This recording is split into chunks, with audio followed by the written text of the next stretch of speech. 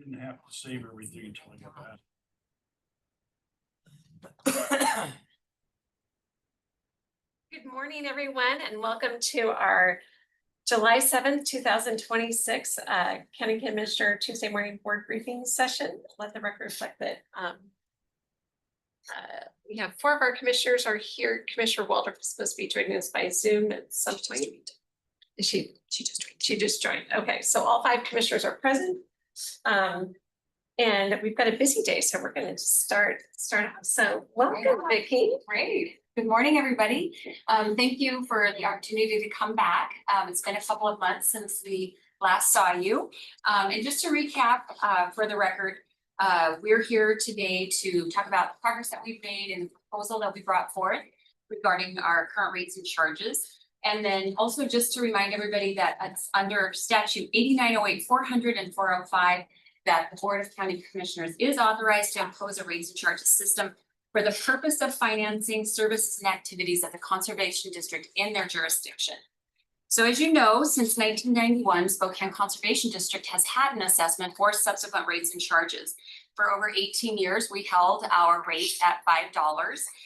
7 years ago, we were granted an increase by you to $10, which we greatly appreciate. But last year, the state legislature approved a new cap of $25 per parcel with a built-in inflationary clause so that CDs would not have to go back to the state legislature again for an amendment to the RCW. But just like everyone else, we have experienced the burden of increased costs of doing business while trying to maintain our current level of service, and therefore are moving or requesting for you to move forward with the proposal that we have included in your packets and that we discussed with you a few months ago. And this would be for the period starting January 27th through December 31st of 2036 at a rate of $15 per parcel. So still under the state cap. Just to give you a little background information, this money is what helps Spokane Conservation District get some of these major awards that we have and that we're able to bring into our community. Since 2021, we have managed over $53.5 million. We have brought that amount of award money into Spokane County on behalf of our residents. A lot of these awards are funding critical infrastructure, our water quality projects, agricultural programs, economic and workforce development, but they don't come with administrative or operational or even long-term maintenance and monitoring funding. So a significant of that amount of those awards falls on the shoulders of the Conservation District. Of the $53.5 million, 20 million of that is in loans. So we actually have to pay that back. So those are long-term 20-year paybacks, and they don't include any administrative funding. So that's again work that we have to do internally for the operational effect of those. And another 33.5 million of those is then in awards and grants. And again, this is since 2021. And a substantial share of that is also awarded without administrative or operational overhead. So again, we're asking for a $5 increase. It's 42 cents per month per parcel. So it's a small amount of money for the amount of impact that we bring. Look at our overall budget, and that is included in the proposal in the rate and charges proposal. We're operating at an average of an 8x and if you think about this as an investment. So in our community, an 8x return on our investment. I wanted to explain a little bit about these major dollars because it was written up in our SAO report, State Auditor's Office report, that the SCD aggressively wins massive competitive awards, such as a $6 million USDA Forest Service grant, which we recently were awarded. And because millions of these dollars are legally locked into hard project costs, like buying the trees, paying the direct subrecipients, or funding landowner cost shares, the total budget expands, which mechanically shrinks the overall percentage of the staff overhead that it represents. So again, these dollars are necessary for us just to continue operations and the services that we have.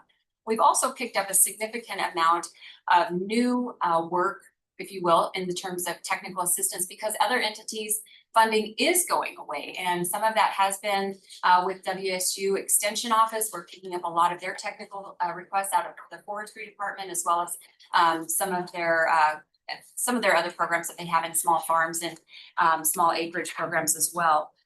Spokane Conservation District, we typically will run at about 30 to 40% of salaries and benefits based on the rates and charges only, but when you look at our overall budget, like last year was 16.8 million, we're operating at an 18.5% salaries and benefits rate, which is really low for any kind of entity. We compared ourselves to port districts. Obviously, they're around the 40%. Other conservation districts are higher than us. They typically don't have the same award capacity that we do. We're one of the top in the nation. And for this reason, the increase is necessary. When you look at our overall staffing, we run very lean, and that also was written up by the state auditor's office, that we handle complex local engineering projects, and the personnel cost of that is tied directly to the technical deliveries. We run very, very lean. So overall, we have 7 people in operations. The rest of our staff, which is about 26 people total, is all technical staff. So they're out on the ground, putting conservation on the ground. Seasonally then, we will amp up with interns and summer help to get some of our major projects down, and then we drop that back down. So it is kind of a fluctuating system that we operate on. So I'm going to, when we talked last, you tasked us with, as you should have, going out to the public, and we have done that. And Cole's going to talk a little bit about what that looks like. Morning, Commissioners. As Vicky has said, since we met with you last in November, we've had 6 public briefings with local city councils, so informing the community of our request for their support for this proposal. The public comment at those public hearings at local city councils has been overwhelmingly positive. We've also had 2 of our own public hearings at the Conservation District. Our 3rd and final public hearing is on July 22nd. We've held these at different times of the day to accommodate different working schedules. We will have 3 meetings total to make sure that transparency and the community being behind us is that we are aligned with the community. And so we've had, as I said earlier, overwhelming support when folks realize that for every $1 of this stable rates and charges funding, we leverage 5 to 9x. Those dollars go towards fire mitigation and prevention, restoration, and post-fire. Those funds go towards sustainable and regenerative agricultural practices, helping farmers secure loans so that they can shift to those sustainable practices, developing natural resource youth apprentices. So we have the next generation of foresters and river restorationists. We're also foreseeing future water conservation effort needs in Spokane County. So as we've shared with the community has been overwhelmingly positive. We've gone through print media, 4 public notices through the spokesman review. We have physical postings on our office doors and 5 public libraries, digital outreach, blog posts, in our event calendars, newsletter features. Transparency is important to us. All this to say, we want to be in lockstep with the community, and the community has shared with us that conservation is an ideal that is important to them. We do have a short video, and it is short, but it's just one of our landowners that recently provided a testimony to some of the work that we do. If Rebecca, if you're able to play that, I'd love for the commissioners to be able to see that. These are on YouTube and available for the public. There's a couple of them. We'll just show one. For decades, the Dead Man Creek watershed has faced challenges from erosion, sediment, and loss of streamside habitat. Restoring these waterways is critical for improving water quality, protecting fish and wildlife, and creating healthier landscapes. It just kept eroding, and Kim thought that if he put some riprap against the bank that it would help it, but it just kind of moves the riprap around. Erosion around Dead Man Creek threatened Terry and Ken Massender's property and the stream's health. That is until they partnered with Spokane Conservation District. We saw online that they were having a meeting up at Green Bluff about the creeks, so we went up there, listened, and thought we need to do it, because we didn't want to do anything to the water that wasn't appropriate. The major concern here was erosion occurring during high runoff events. Mount Spokane is in the upper watershed here, and you get a really big snow melt or runoff event, and it was just continuing to have issues. Spokane Conservation District worked with engineers, state agencies, and the landowners themselves to design a long-term restoration plan. We worked with a design engineer, did the project design for this one, which the design approach was to develop an active floodplain. So if you look down this way here, we've got a floodplain bench that was a part of the project development. So now that we have a stable bank, we can plant into it and start to do riparian restoration. Crews stabilized the stream bank using natural materials, reshaped the channel to slow floodwaters, and planted native trees and shrubs that will strengthen the banks over time. They put down coconut fabric, which holds the bank in place. And then they took the 2x4s and hammered them into the ground, and that's what helped keep it there. The coconut fabric naturally breaks down as native plants take root, creating long-term stream bank protection.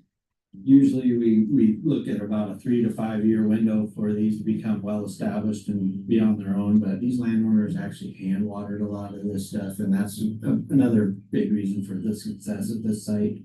And already the results are transforming the creek corridor. We've never had chipmunks in 40 years. We have chipmunks. We've had geese, heron, more fish in there in the creek, frogs, butterflies, hummingbirds, all kinds of birds that we've never seen before. It's just amazing how many little guys come around now, because they like that water. I've been with the district for 25 years, and a lot of projects that are similar to this, the landowner comes back and says, I can't believe how much wildlife I've seen, even at this young, early stage. And I said, just wait till it really matures and see what you'll see. And it's pretty incredible. It's kind of that, if you build it, they will come type of approach. Every restored stream bank helps protect water quality, reduce erosion, and improve habitat throughout the watershed. Have a stream bank restoration project in mind? Visit SpokaneCD.org to get started. Again, those are available on YouTube. There's a couple of them that are out, and we're going to be continuing to do those on several of our sites. So we have been throughout the county, as Cole has mentioned. We were in Cheney, Liberty Lake, Medical Lake, Airway Heights, Millwood, City of Spokane Valley, talking about the projects in their areas, and the response was overwhelmingly positive. I also want to just remind and mention the Scale House Market. So May 31st was our 1-year anniversary. So, and that's been a huge success in that time. We've recognized $1.6 million in revenue, collected over $40,000 in sales tax revenue, and that gets to stay. Those are, some of that's local dollars that get to stay here. And that created 15 new jobs. And we welcomed over 36,000 visitors from outside of the area, bringing them into Spokane. So it's becoming recognized as a destination for some of our visitors, which we think is really fantastic. Again, the increase will generate approximately an additional $1 million. So it'll take us to a total of just under $3 million we're anticipating for the rates and charges annually. And in the proposal that we put together, and again, we didn't change anything in the draft proposal about the collection and how it's the system of collections. It's all based on the land characterization, the soil type. So that's how it was determined a number of years ago. That's all remaining the same, and those rates will remain the same. The only thing we're asking for is that per parcel dollar figure to increase. But in this proposal, it does talk about some of the ways that we believe that money will be spent to afford us these projects moving into the next 10 years. And I have a lot of stats on our grants if you want, if anybody's interested. We are subject, of course, we go every year. We're an annual state audit. And then we are now, because of the size of so many of our awards, we are also under the federal audits, the single audit, yes. Couple really cool things coming up. We're in negotiations right now with USDA. It looks like we'll be, we're so close to signing documents on another $8 million agricultural project, bringing that to Spokane County. And we've been contacted by a national organization called BioArmor. They are looking at our regenerative ag program to buy what they call natural credits, which is part of that carbon credit market, to buy natural credits from some of our producers here because of the work that's being done on the land and increasing the soil fertility. And it is these rates and charges, this stable funding from our community that allows us to leverage those funds to secure state, federal dollars. That is the importance of the rates and charges specifically. And while this video demonstrates our Water Resources Department and how they're doing stream and river restoration, we also have an agricultural department that works to help farmers shift to sustainable agricultural practices. They're educating folks to not, farm all the way up into the stream where it creates sediment and disturbs the rest of the stream downstream. We have a forestry department that's helping people prevent and mitigate wildfire through home hardening programs. So that means new roofs and materials that are not flammable or have a lower flammability rate than others. New decking material, creating defensible space between the home and the forest line. All these programs, the interconnectedness that we see in the health of a stream and how that relates to wildlife health, it's interconnected. The development, protecting people's homes, producing sustainable agricultural, all of these things hang together. And it really is cool that the Conservation District is at the center of it. Just one last thing, and then I will talk about some next steps if you are in favor of that. But we recently met with Land Commissioner Dave Upthegrove, and we were talking about mitigation, fire mitigation and restoration. And he said the cost of restoration is 5 times that of mitigation. So if we can do these programs where we can bring mitigation to the forefront, because if we're no longer in the category of if wildfire in Spokane County, it's when the next one's going to hit. We're seeing, I mean, these warm days like this and the high winds are terrifying because where is it going to break next? So again, these mitigation dollars, and that's a big part of what we see in the future, the next 10 years, is being able to get money out to homeowners to be able to create that defensible space and hopefully mitigate the loss of structure, what just happened down in Chelan County just this last weekend. Again, we'll take any questions that you have, but there are some next steps forward if this is something that you feel that you are in favor of, and I'll let Cole talk about what that would look like. Yeah, so there is RCW that pertains to the next steps, and those are to establish the date for a public hearing for the community to come to you and give the input that they've been sharing with us. We'll also share public comment that has been given to us written with you as well at that public hearing. Advertising requirements for the public hearings include 2 consecutive newspapers, advertisements that are in general circulation, one that is 5 days before the public hearing, and then the other just has to be 2 weeks out, so as to make sure that the public is aware. 5 conspicuous postings of this, like we've been doing in local libraries, holding the public hearing on the scheduled date, and then eventually, if the board is in favor, creating a resolution that would be effective January 1st, 2027 for the rates and charges. Question. On the annual site visits for wildfire risk, are you seeing trends in terms of more demand? Are you doing the capacity? We're at How are you getting the word out? Every time we put it out in our newsletter or we put up billboards, we are barraged with calls, technical assistance calls, as well as requests for the home hardening at HIZ, home ignition zone. People are really interested in getting different roofing material, interested in changing out their decking material, interested in that 5-foot space, getting rid of some of those trees and shrubs right up against the house and materials that burn. We don't have enough dollars right now to do that. We could spend a lot of money doing just that. And that is our #1 priority, is the fire mitigation and restoration. We were able to get state funding through the Department of Commerce, over $1 million out to the folks of Medical Lake Fire, the Grays Fire, and the Oregon Road Fire. And it still wasn't enough. There's still landowners that need help with that. So yeah, absolutely our #1 technical request right now. And that's a big part of these funds help you do more. Oh yeah, that's included in the budget. That is one of the areas that we want to expand, and that we really feel over the next 10 years it's going to be a priority and needs to be expanded. Commissioner Kurtz. You mentioned the lands commissioner and sort of your it seems like a lot of what you do is very similar, at least in the realm of what we see a lot from the lands commissioner's office, I know they have a lot of different programs to assess fire risk. I had attended one with the previous lands commissioner 2 years ago. The voluntary stewardship program, WSU extension, a lot of the friends of groups that are all over, depending on sort of what, whether it's friends of this river, that river, this stream.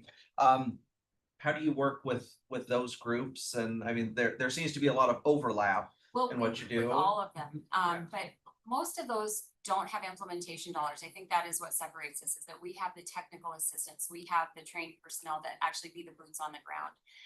In those voluntary capacities, sure, we do get people out there, but they are voluntary. We actually have the technical assistance, so we work very closely with DNR. The Firewise program is their program, but we administer the part. So they'll work with the landowners and they have some funding to actually do the removal of the trees, but we're out there firsthand doing the assessment. So we go out there and first identify the risk. We identify the areas that need to be addressed, and then we write that up as a plan. That's where our technical expertise comes in. That's also part of our workforce development, because like all industries, we're falling short in the natural resource career fields. So this last 3 years, we partnered with the Spokane Community College, and we just graduated 7 students through the natural resources program, where we got that USDA forestry funding. We paid for them to go to 2 years of college, and now this year they are out in the workforce, and it's amazing to see. We've got our second group that just started June 25th, and so we've got 7 more.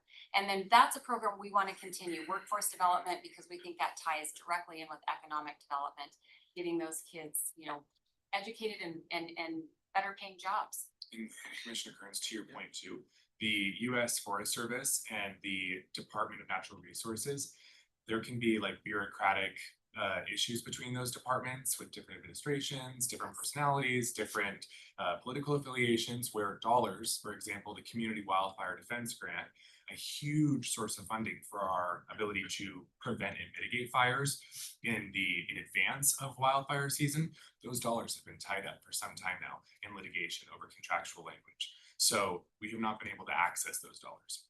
Our rates and charges, our ability to apply for grants, leverage local funding, allows us to work even in the absence of our partners at the state level and our partners at the federal level, when those two aren't seeing eye to eye. So there is no pausing. Wildfire season won't pause, so we can't, despite the fact that the Community Wildfire Defense Grant has been locked up in litigation for some time.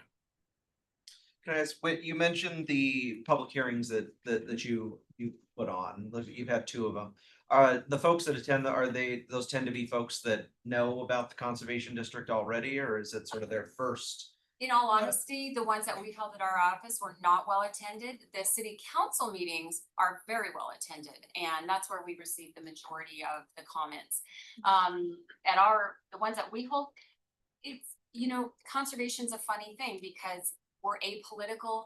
We're not confrontational. We're not regulatory. We don't have any enforcement authority. So people generally come to meetings when they have, an issue, and they typically don't with us. So to be in all fairness, one of the people that showed up at our public hearing was a former employee who has some issue with his termination. So he showed up to make sure that he had a platform to be able to speak about that. The other person was a person of the public that read it in the legal notices, but the majority of it is coming from the city council meetings, and that's why we went to them. Remember, I talked about that. I said, we legally need to hold these public hearings, but it's better for us to go out to the community, and that's why we did that, and we'll continue to do that. Okay. And we are holding one more, and we've done, we've gone back through one more time where it's in our newsletter this morning, like one more opportunity for the public to come to us, but in all likelihood, we won't get a huge turnout. Okay. And then there was, I was excluding the scale house market. How many folks do you think utilize your services a year? I noticed you've got 1,000 residents you said educated yearly through conferences and workshops, but of the programs you do with excluding the scale house market. Yeah, right. How many folks? It's funny though, the scale house market brings a lot of people to the property that maybe didn't know us before, and now they're coming into the office and recognizing the services that we do have. So we've seen a huge influx of just walk-ins. where, oh, wow, you have this available, you did this. Cole sits at the front desk, so he sees the majority of it, but the parking lot's full most days now. But our tree sale is well over 3,000 people or more during our surplus sale. Our conferences, you know, some of our biggest conferences are 400 people and up. We have multiple, I mean, it's in the thousands of people and that is what we would call a direct benefit of our services. Rates and charges is really based on that indirect benefit, that the work that we do indirectly affects everybody in our county through the, you know, clean water, healthier forests, the education that we offer in the school system. In fact, we just held a big education day at Bear Lake, and we had 821 fifth graders from Meade School District out there was part of their end of the year curriculum. So it would be, we've tried for years to get a hold of the metrics, you know, to really get a handle on it. It's so difficult for us to do that, and the amount the hundreds of people that we handle with technical assistance every month, whether it's a phone call or an on-site visit, and those on-site visits are free. I mean, we do that for free. We go out and send somebody out to look at the issue. If it requires, say it's a tree, a sick tree, if it requires removal, we don't do that, but we can offer a service to them that would. But we will go out there and make the assessment and make the plan for them. Same with farm planning. Yeah, there's a lot of rotation between our programming seasonally, like wildfire season versus agricultural season versus educational conference season. So the services that we provide are to such varied populations and so diversified, that's where it gets difficult to quantify, which in the center of this like one pager, I did do an investment at work, like just in 2025, it quantifies, I was able to determine how many residents attended our educational workshops, how many seedlings we planted, how many miles of river restoration we did for the 1 year, but even that was like quite difficult to pull all those numbers to synthesize cleanly. But over the years, we've impacted thousands of residents here in the county. On the video that we watched, that would that have been a project that would have been funded through grant dollars or the local dollars? Well, so grant dollars for the implementation, but local dollars for the administration of it. So for us, and so that project, that's a perfect example. That project, because it was grant dollars, it has a 10-year, I'll call it a shelf life, where we are obligated to monitor and maintain it for 10 years. Those are not grant dollars. That's on us. So, and we work with the landowner too. You know, they have an obligation as well. But in the end, it's our contract. So, Oh, so the landowner would have paid for some of that? no. No. No. Oh. Can I ask how much would a project like that? Um, That looks pretty major. Yeah, it was. That project was probably in the $100,000 to $125,000 tag. Okay. And we evaluate the projects as they come in to look to see like which are the most critical, which are going to have the biggest bang for the buck. And right now we're doing huge amount of work out on Hangman Creek, where we have multiple projects now that have become contiguous, which is something we've always wanted out there, because for years we get funding and it's a shotgun approach, and yeah, they're good projects, but until you get major sections of that creek, you know, stacked upon each other, you're not going to see any real change. We're finally starting to see the change because we're getting multiple landowners now right next to each other, seeing what's happening with their neighbor, and they're not losing their land anymore, and they're like, I want that. So but we do evaluate each one of those projects to see, and we also have to have a willing landowner. I mean, there's plenty out there that still don't want to do anything or don't see the problem. So but that's part of our education process as well, and that's why we hold the meetings. We will go out and hold a public meeting when we know that there's some implementation dollars out there through the state, say, this is who we are, this is what we do, we'd love to visit with you. Also to the point of Vicky of a voluntary relationship with landowners, and to your earlier point of how we differ from state and federal agencies, there is no, we do not have regulatory authority. So the relationships that we have are not only continuous throughout political turmoil, but the relationships we have are on a voluntary basis. Our farmers, it's a relationship of trust and mutual respect that we have. There's no policing, there's no, you're doing this wrong, so there's this fine that we incurred. It's how can we help you farm more sustainably? How can we help you defend your home in the event of a wildfire? How can we help you restore this stream that your property has access to? It's all on a voluntary basis. Okay. And then I have Okay. one last question, because I Move it. had a constituent, spoke with a constituent over the weekend about that, they saw this was on the agenda, and their question was with all of the other essentially ballot measures, things that cost things that are gonna be in front of voters this year, everything from libraries, there's an aquifer protection area, school districts, possible public safety, transit measures that are up for renewal. If this was on a ballot, do you think the voters would say yes to the fit increase? That was the question they had for me, and I wanted to pose that to you. It's a very good question, and I think we would have to spend a lot of money, doing, you know, the advertising and marketing of it. We are still considered, you know, we're the boots on the ground, but we do it. And we've never spent a lot of money telling people who we are. We're starting to, but that's never been the conservation district. We've always just been get the work done that needs to be done. So I battle that. Whether or not that's a good use of money to do, I think that there's a balance somewhere, and we're trying to do that through some of our advertising. We've contracted with KXLY, and we now have billboards up, again, seasonally for different issues like fire season right now. So trying to get people to know more about who we are, but again, unless it affects them personally, I'm not sure. I think if anybody has used our services, overwhelmingly yes. Yes, if they know who we are, the answer is yes. But by and large, when you look at the voting population, you have a lot of voters that aren't homeowners either. So they're not the ones actually paying that assessment, their landowner is. So they're receiving an indirect benefit for it, but they're not actually paying it. So they may or may not have used our services. They might have, they could have attended a workshop or, you know, something, but they, if they're not a property owner, they may not have the same, you know, vested interest. It's being completely honest. Maybe that's why it was set up the way it was, because these are things that need to be done that you know, maybe aren't necessarily something that the public is going to always know about. And for what it's worth too, for a little bit of context before we close, like San Juan County in that region, their rates and charges, they have gone all the way up to the cap of $25. Like the state cap is at $25.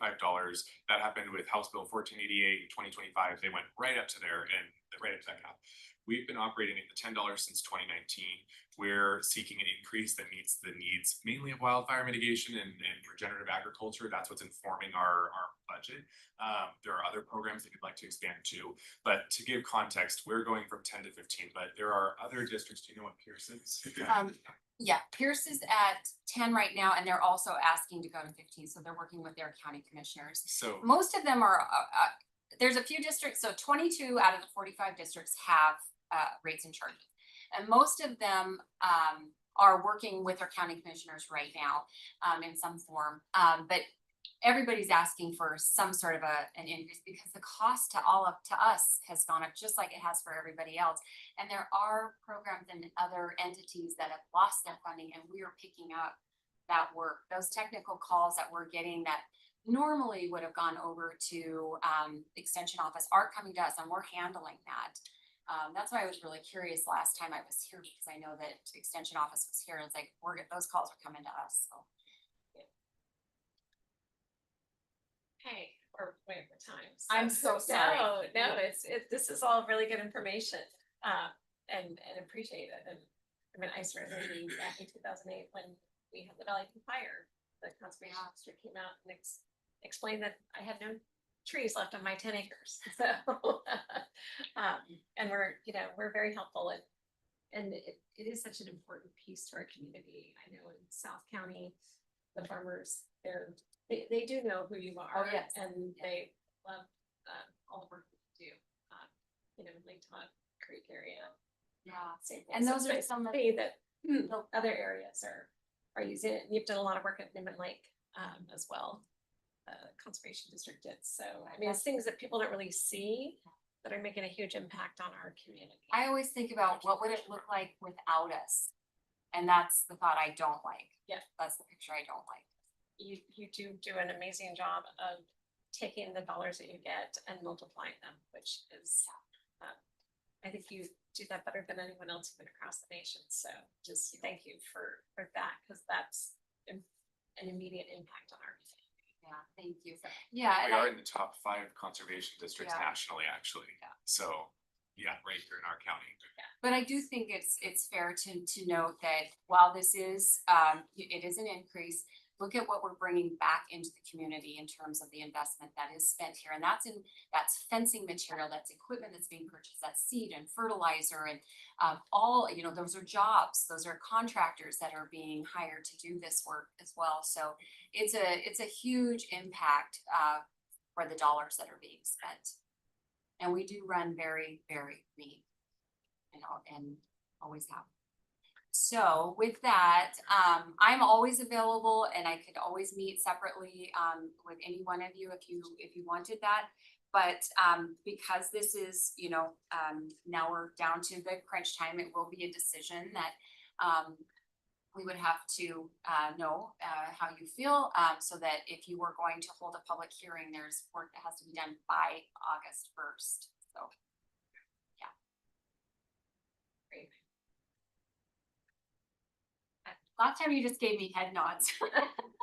I could move forward. I really appreciate what you guys do.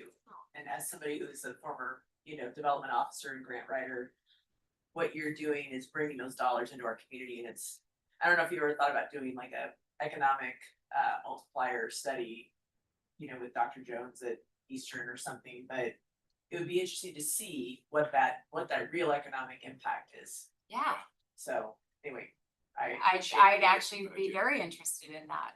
Yeah. Thank you. We're on the edge of a huge grant right now, a huge award with USDA. Very excited. Great work. Really good information. Does the public hearing need to happen by August 1st? No, you guys just have to schedule. Okay. So we have one more that we're gonna hold July 22nd, but then it would go to you. It gets over to you, public hearing with all of the advertising requirements that Cole talked about. And then I would be there to present again, to the public and just kind of like I am now and talk about the numbers and the work that we do and allow people to come in and provide testimony, positive or negative. And then anything that we've collected from the meetings that we have held, we would bring forth as well. I don't see a reason we would Yeah, plan on scheduling that. it looks like there's enough thoughts that we would want to look at working with them. Okay, awesome. Thank you so much. Thank you. We'll work with staff then to for Yes. those next steps. Awesome. Thank you. And again, commissioners, if there was ever a time that you wanted to come out for a tour, I love being a tour guide, but also just to talk more about numbers or products, programs, whatever it is. Happy to do that. Just a thought at the hearing, I think it would be good to talk about maybe if you have, how many more homes and properties would you be able to support Okay. with the assessment? How many more HIC, restoration? yeah.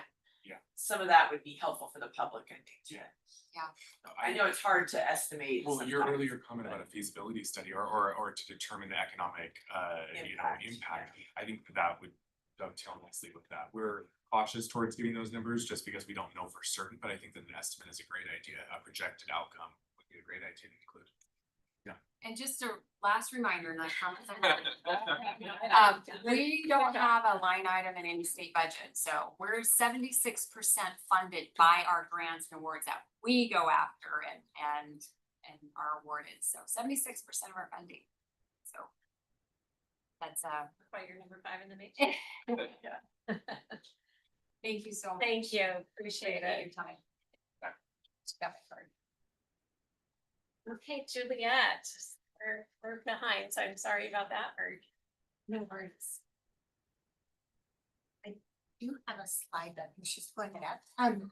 So I am Juliet Sinistera. I am the CEO for the Spokane University District, and I've been in the position just about 5 years now, which is just flown by. And I've been definitely remiss in coming and giving the county commissioners an update. So thank you for having me here today. It is just that, it's an update. And as you know, we're one of 3 PDAs. We're probably the most embedded in the city, so that's usually what my day-to-day is working with city and city staff. But the UD was formed, we actually have 2 entities. We have a public development authority that was formed in 2011. And then we have a 501c3 that was actually formed in 2009. And that we have just 2 staff, so we're small but mighty. We annually get $50,000 contribution from the county, which we're very grateful for. With that, I thought I'd just go through these slides and kind of, I know some of you are pretty new to the UD. And so I thought I'd give a quick brief overview. UD really, we were the first PDA, and really it was formed as a sort of grassroots form of economic development where community and universities and businesses could come together to really plan for economic development around the district. Go ahead to the next slide. This is our boundary. So we're about 770 acres in the city of Spokane. We go all the way just north of Sharp. Our west boundary is Division and Brown. Our east is sort of the Hamilton overpass and then the river. And then south, we go all the way to Interstate 90. Go ahead to next. Our mission is very broad. We're kind of tasked with everything. The board will sometimes ask me, is this in our mission? I say, well, what's not in our mission? But really, we're there to create this kind of vibrant, healthy district that is, supports prosperity in our entire region. We can reinvest our PDA dollars in infrastructure and programming, planning, and public-private partnerships. Next. This is some of the buildings throughout the UD, which you're probably familiar with, the UD Bridge, our Spokane River, the Catalyst building. We do have a lot of aging housing within the district, both north and south of the river, primarily north, and then a lot of roadways. So both Division and Brown run through the western edge of the district as well. In regards to kind of our demographics, we have about 3,500 residents permanently, but there's about 12,000 students and faculty that are in the UD on a day-to-day basis. We are in 2 of the poorest census tracts in the state of Washington, and there is also pretty substantial health impact from Interstate 90 that's been growing and accruing over the years. Next. We also have a tremendous urban heat island effect, particularly in the south sub-area that is largely impervious surfaces, very little green space. That's been a huge priority for the property and business owners there. Right, on days like this, it's pretty unbearable to walk through the south to the east, so we're really trying to look at infrastructure solutions to that. Next. So in the past few years, we've invested over 3.5 million toward the reconstruction of the city-owned Sprague Avenue. It's actually closer to 3.9, but there was an underage, and so the city's holding that for additional investments in the district. We've brought in about, in just the last 3 years, about 600,000 in public grant funding. We've invested about 300,000 in resurfacing Riverside Avenue and reconstructing public sidewalks. We've also contributed about 585,000 to public infrastructure costs, supporting about 250 housing units. We've received approximately annually, we get about 100,000 in private operating contributions from the community. We've also annually, we worked with the local business community to identify needed public lighting in the south sub-area.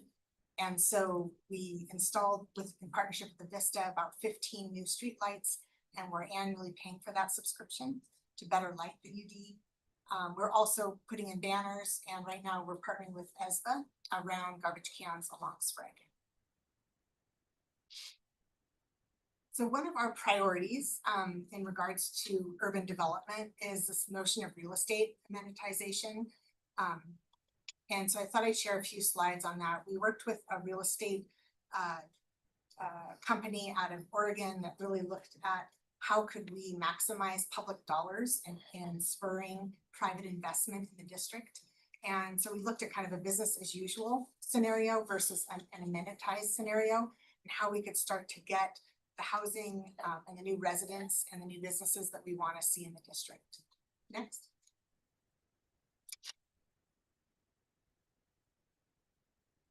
And again, this kind of shows that chart, that graph of, you know, really what is the public investment that's required to get to that tipping point, where all of a sudden we're seeing lots and lots of private money being invested in the district. Go ahead, next slide.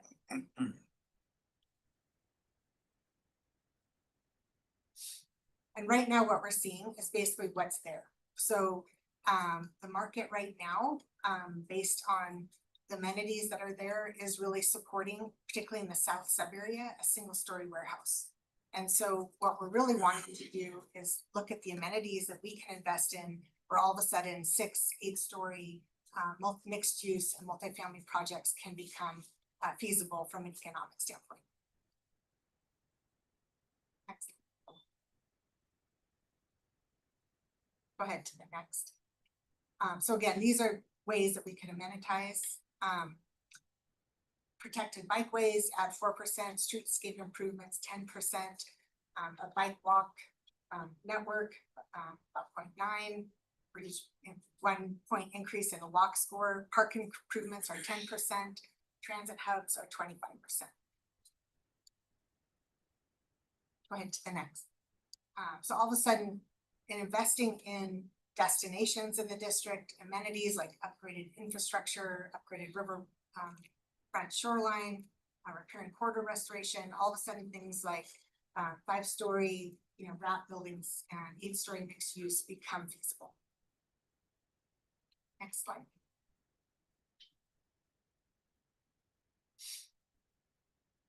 So a lot of this is leading to what we're doing, what our vision is, and then the next steps of where we're wanting to go and actually making these investments. We're really wanting to rethink urban development. As an innovation district, we're wanting to be innovative on how we develop urbanism. And so we're looking at the city as really a set of systems. You know, how can we encourage economic growth, but also maintain clean water and clean air and have increased parks and open space.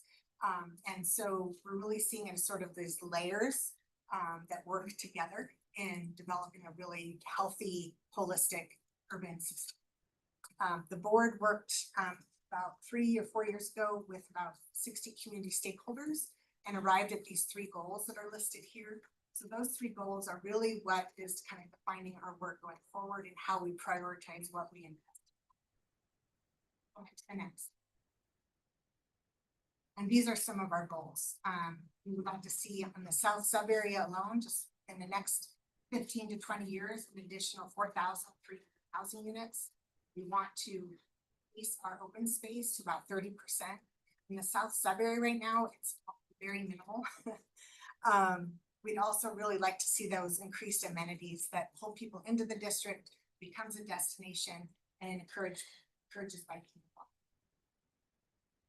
Yep.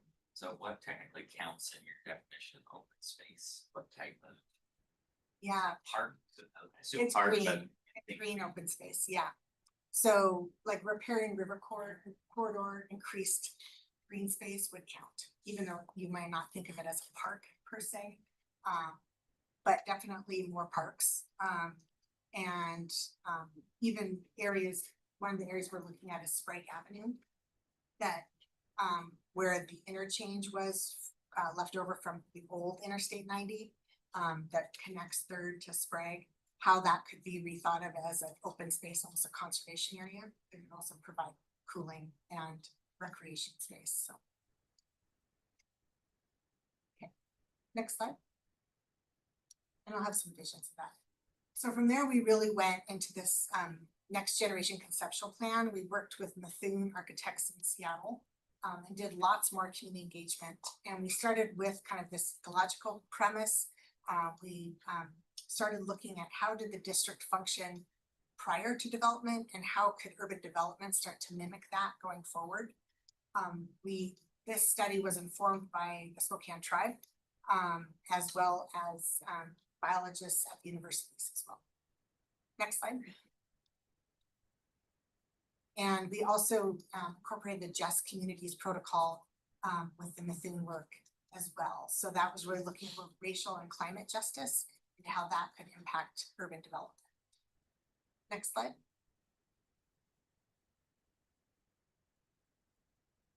These are some of the public outreach events we did.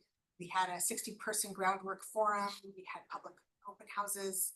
We had focus groups. We met with residents from the Havens. There's about 350 Catholic Charities residents within our district. So we got feedback from them as well. And so just a very robust kind of community engagement process. Next. Let's kind of summarize all that work that happened a couple of years ago. Next. And these are really the priorities that came out of that public feedback. So folks, and a lot of this kind of built on the task force work we had done a couple of years prior. But again, people really wanted to see the river treated as kind of a central family member to the development of the district. They wanted to see this kind of place for multicultural gathering. The UD used to be very well connected to East Central and South Perry, but Interstate 90 really came through and bisected that connectivity. And so people really wanted to see greater connectivity between those districts. Folks also really wanted to see this as a place of healing because we have a house of charity, because we're in the center of the opioid crisis, because we have 350 Haven residents. How can we work with that and yet still really catalyze strong economic development? So a lot of great feedback from the community. Next slide. And out of that kind of came these 6 key nodes.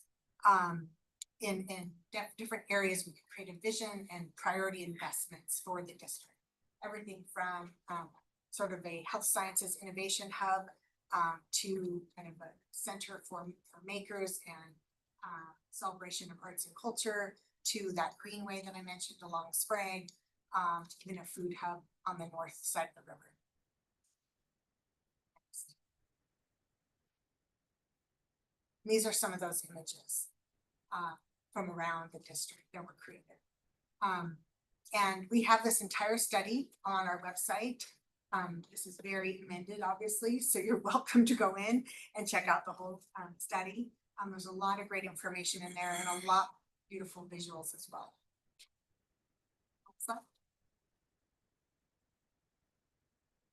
So I wanted to end with just some key projects that we're focusing on right now after this work.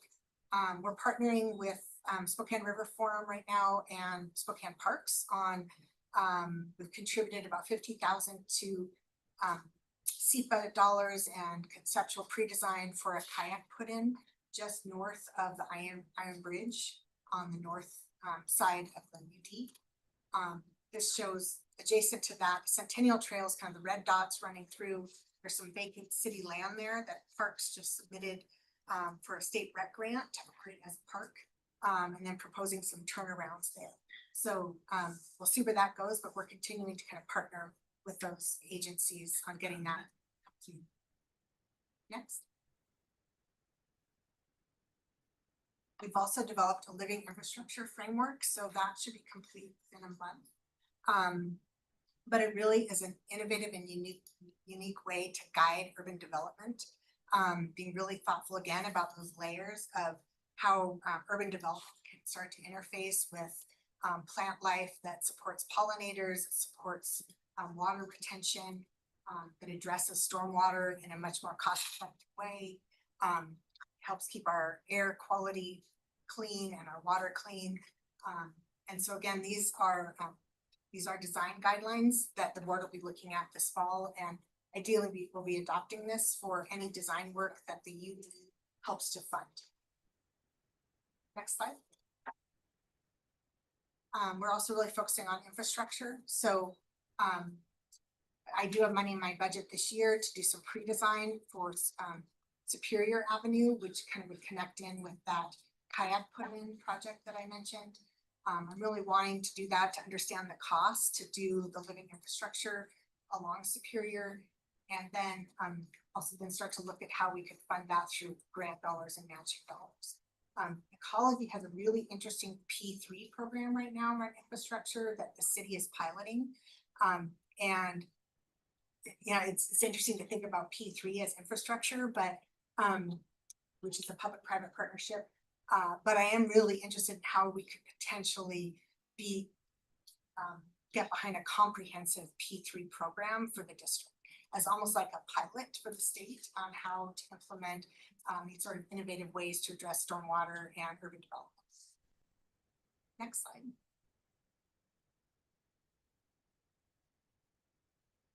We just received a grant from Commerce for $343,000 to do a district thermal energy analysis.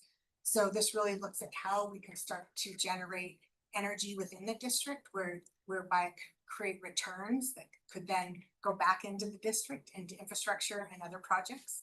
McKinstry has been hired on the lead on this, along with Novara, doing the community engagement. And so that's just starting up, but it should be completed next spring.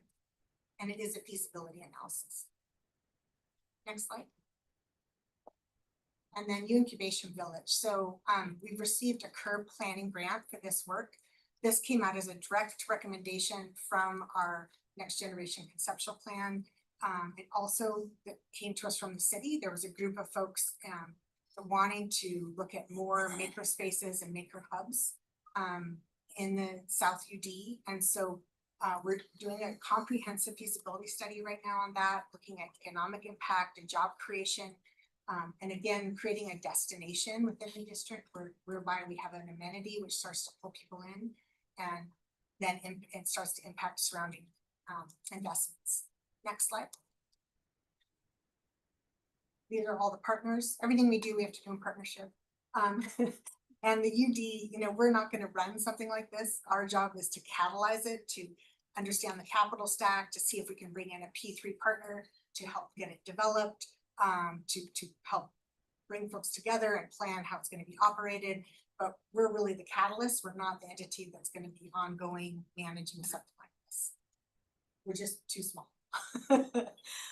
Next slide. These are kind of the 4 maker hubs that are coming out of this. So this is really looking at how could we start to redirect some of our supply chain locally and create jobs around that. You know, working in close tandem with the hospitals and city government and county government and universities. And so right now, this is where we're at, is really exploring these as a job creation kind of engine and what kind of economic impact they would make. Next slide. Finally, the 400 block. This has been a big project or a big space that I've been tasked with since I took over 5 years ago. But the board has really seen, there's 2 blocks right now at the south landing of the UD Bridge that the board sees as really catalytic in developing the entire district. And McKinstry owns the block to the west. And right now, Avista owns 7 of the 9 parcels on the east. And we've released an RFP for this. We had kind of a right of first offer to purchase those from Avista, which we weren't able to do due to some TIF reallocations this last fall. And so I'm still working in partnership with Avista to see if we can do some of this project. But I'll share with you what it is. I know the surrounding property owners are really excited about something like this.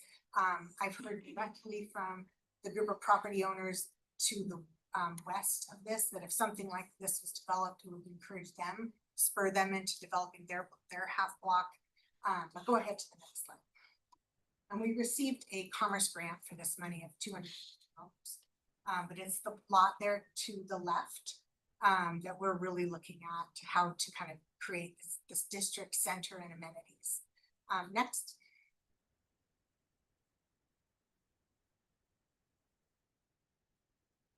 The proposal was to kind of have 2 buildings that really created this gateway into a pocket park, again, where events could be hosted.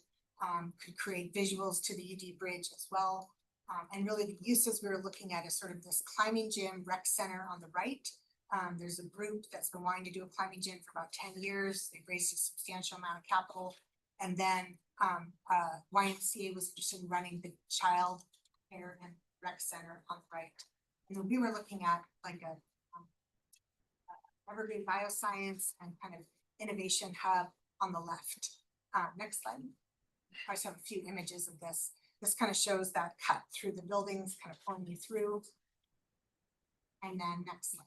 Just a few more images of kind of how the buildings would sit within the exterior spaces.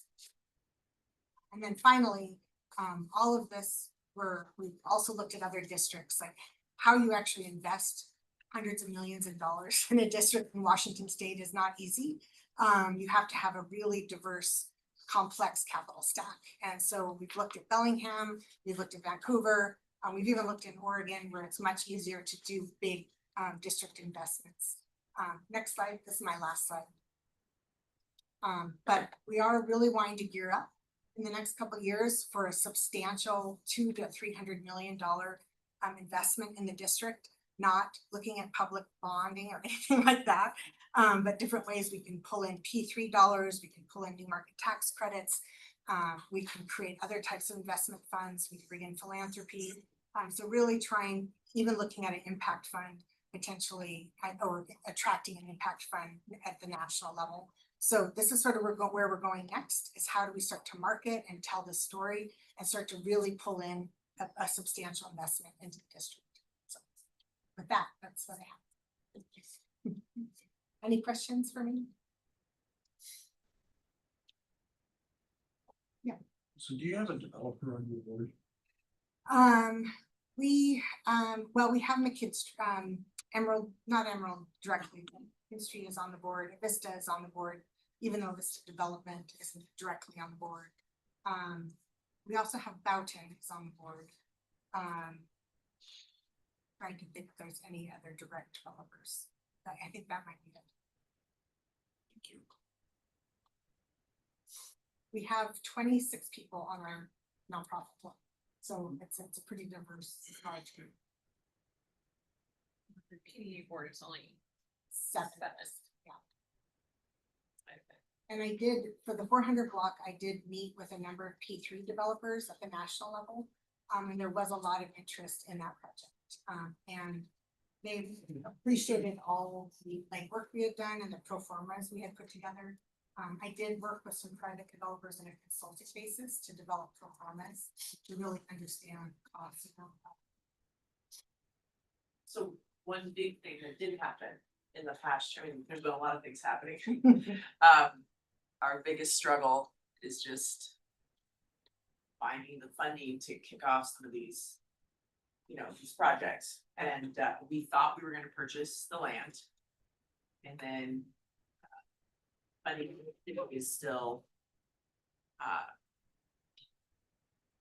in limbo on that, but I just want to applaud Juliet for constantly looking for new opportunities. I mean, I know Commissioner Kearns and Commissioner French are on the other PDA boards. It's a struggle, right, to find the funding and the partnerships, but we'll get there. And we have great partners that want to see these spaces redeveloped to catalyze, more development in the area. But I was just say that last year, though, we did have a big, I don't know if the sale is complete yet, but we were able to bring in new development into the parcel, the old Visit Spokane parcel. Oh, right, yeah. So can you mention that for folks so they know that Sure. we're getting more housing? Yeah, so it's my understanding that the PDA purchased from the city for a bargain basement price a number of years ago, the 201 West Main project or building where Visit Spokane was, UW building was. Boughton did use that as a staging area when they built the Warren. But then when they left, it was vacant for a bit, and then I was able to find tenants kind of on a temporary basis, which is fantastic because maintaining that an aging building, an empty building was incredibly expensive. But in the last year, we were able to connect with Millennium Northwest. They did purchase the property. We just closed on it in April. We were able to pay off our Sprague Avenue loan with that, which is fantastic. And they're gonna be putting in about, I think, 150 market rate housing units, because they also own the adjacent Cruise Boots property. So that should be starting construction here within the next 6 months. So, yeah, So there was a lot of work that went into that, so I just there wanted was, to yeah, mention that we'll be getting some more housing in U District, which is awesome. yeah, yeah. And, you know, right now, the money we have that we receive in TIF revenue, it's really not enough to finance debt. So, it's enough to bring in partners, to go after grant funding, to leverage it. But, you know, if we really want to start making these much bigger investments, we're gonna have to have much bigger partnerships at a big scale. And we did explore that. We met with the treasurer Bowles, and we did We did. explore some, are there opportunities to get smaller loans, you know? But we'll get, you know, we'll cross those bridges when we get there, but we've explored many, many options to figure out ways to finance some projects. There's a lot of potentials. Hopefully something will shake out here in the next years. So thank you so much for your time. Thank you, appreciate it. Lots going on. Yay, Ashley. I will be very fast. I'm here today because we have two state contracts that are up for renewal. Which if you approve will be on your consent agenda next week. The first is our FJCIP, which is a court improvement grant. That funds one staff pretty much. There's a little bit of M&O that goes along with that, but for the most part, it's just one staff, one FTE that the grant completely pays for. The second contract is a reimbursement from the state for a cost that the court county would have to pay for. When the Uniform Guardianship Act was created 5 years ago, thankfully, the state came along with it some reimbursement funds for courts to enact that new law. These again would be, we are required to appoint attorneys and court visitors in these certain types of cases. And without the state reimbursement, county would have to fund that.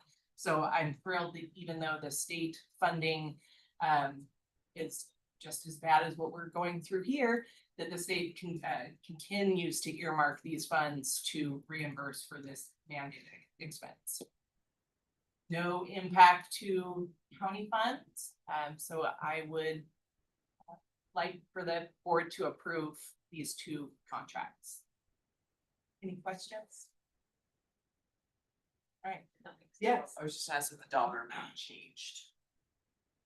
It's gone up a little bit. I mean, they look, I don't think that the statewide amount has gone up, but they look at how much courts spend throughout the year and adjust it as you need. It right now fully reimburses our costs, and I would anticipate that that will continue. Okay.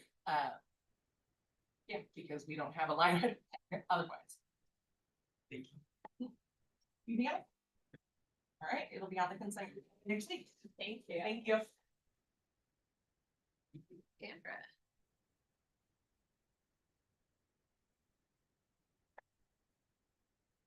Good morning, everyone. So I am here this morning.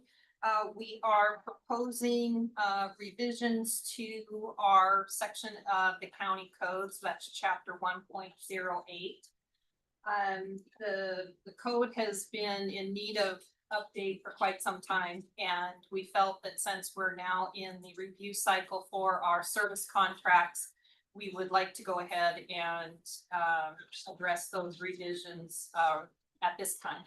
So primarily, the issue is as it's written, the ordinance refers continually to the interlocal agreement, which was superseded 6 years ago now by our contract for services.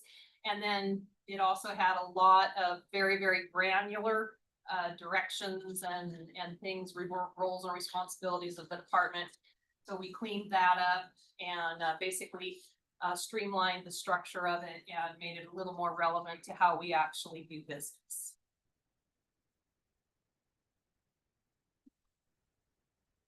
Any questions?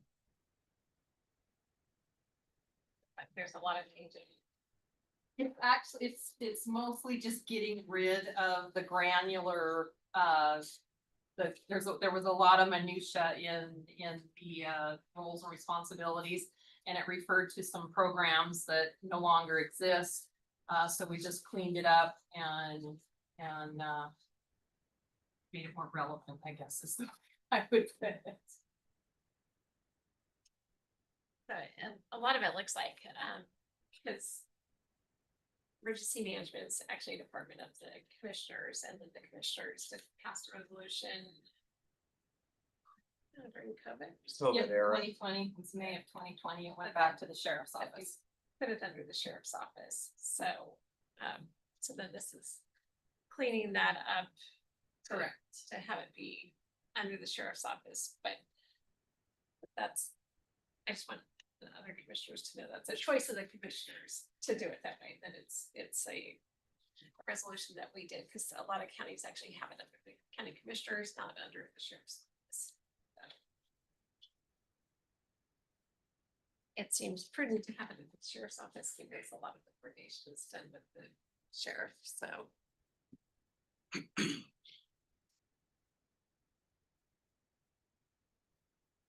Just a quick question, is there anything that you would say is like a substantive change, not just kind of clean up and relevance? No, there's not really what I would call substantive, no. Other than as the chair noted that it makes it clear that we are a unit within the sheriff's office. The sheriff has always been designated the director, but in May of 2020, I'm pretty sure it was May of 2020, they moved it fully under the supervision of the sheriff, so.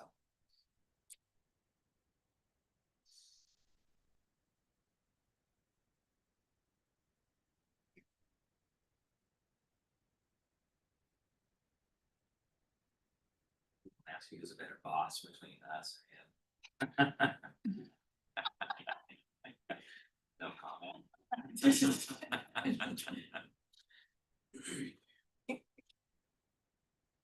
I think if we have questions, we'll review it Okay. thoroughly and be able to ask for it. And Chris Anderson did work with me on the language, so it has been through legal. So, Okay. okay. And I got a thumbs up from Matt, so. Always important, Okay, so, okay, all right, thank you guys. thank you. Okay, Kevin. Good morning. I have two items for some funding, just to accept some funding. The first one is for $209,000 of some change to purchase a community engagement trailer, and these are funds that are awarded through the Burn JAG grant from 2025. I believe I already briefed this project, but it was held up because of some issues with DOJ and equipment approvals and that kind of stuff. So we're bringing it forward. It's fully funded. Two of our community engagement officers, or two people designated as community engagement officers, will be manning the trailer. It'll be used at events like Sky Fest and county fairs and Valley Fest and Hoop Fest and stuff like that for community engagement, mostly for juveniles. And sorry, any questions on that one? I think I brought the project last year, if I remember correctly. And the second one is receiving our 2026 funding from CJTC, the Criminal Justice Training Commission, for the Officer Wellness Award. It's for $30,000 and it covers from July of 2026 to June 30th of 2027. And we use this to pay for our mental health coordinator that helps us with our peer team and our officer mental health wellness program. And that's all I have. And I believe this award covers her contract 100%. Can I ask, when you say community engagement trailer, what do you mean by trailer? How big? I don't have the stats on it. It's a rather long, it's above 20 feet though. It's a longer Okay. trailer and it has. Is it a pull behind or like Yes, an the pull RV? behind, Okay, and okay, it gotcha. has like TV monitors in it and engagement tools and like educational stuff and a sports zone and kind of just stuff for kids, everything to come participate in and kind of be actively engaged in. Make you not seem so scary. Yes, exactly, which is the key. Sure, we'd all like to see it when it comes in. That Oh, yeah, sounds- yeah, That sounds it- pretty cool.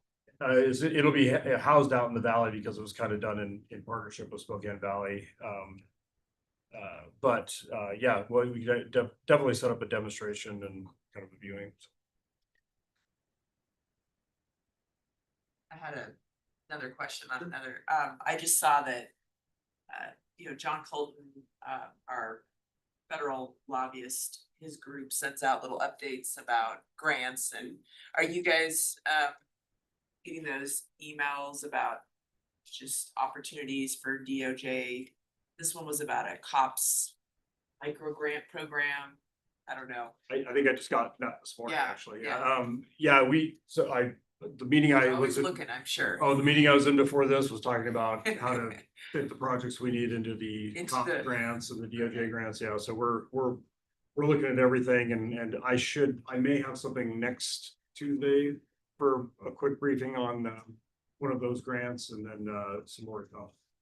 Yeah, this one looked like you could use it on gang enforcement, human trafficking, a variety of things. So, anyway. We have found that a lot of the projects that we initially thought of, when you start reading the deeper fine print of the grant, or the parameters of the grant, they don't fit. And so we're trying to figure that out right now. Great, thanks for always looking. Always looking. All right, thank you. Okay, we've got master for. You guys are fine. Good morning. I have a handful of establishments for you this morning.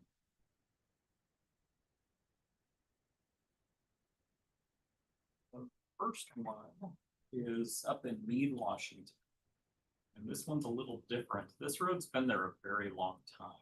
For some reason, it just never was established. So the residences along it are all 50 years or older. The road's been there more than 50 years and it's just essentially off the west end of this. It connects into the Children of the Sun trail. So I'm picturing that being the impetus for request for the establishment.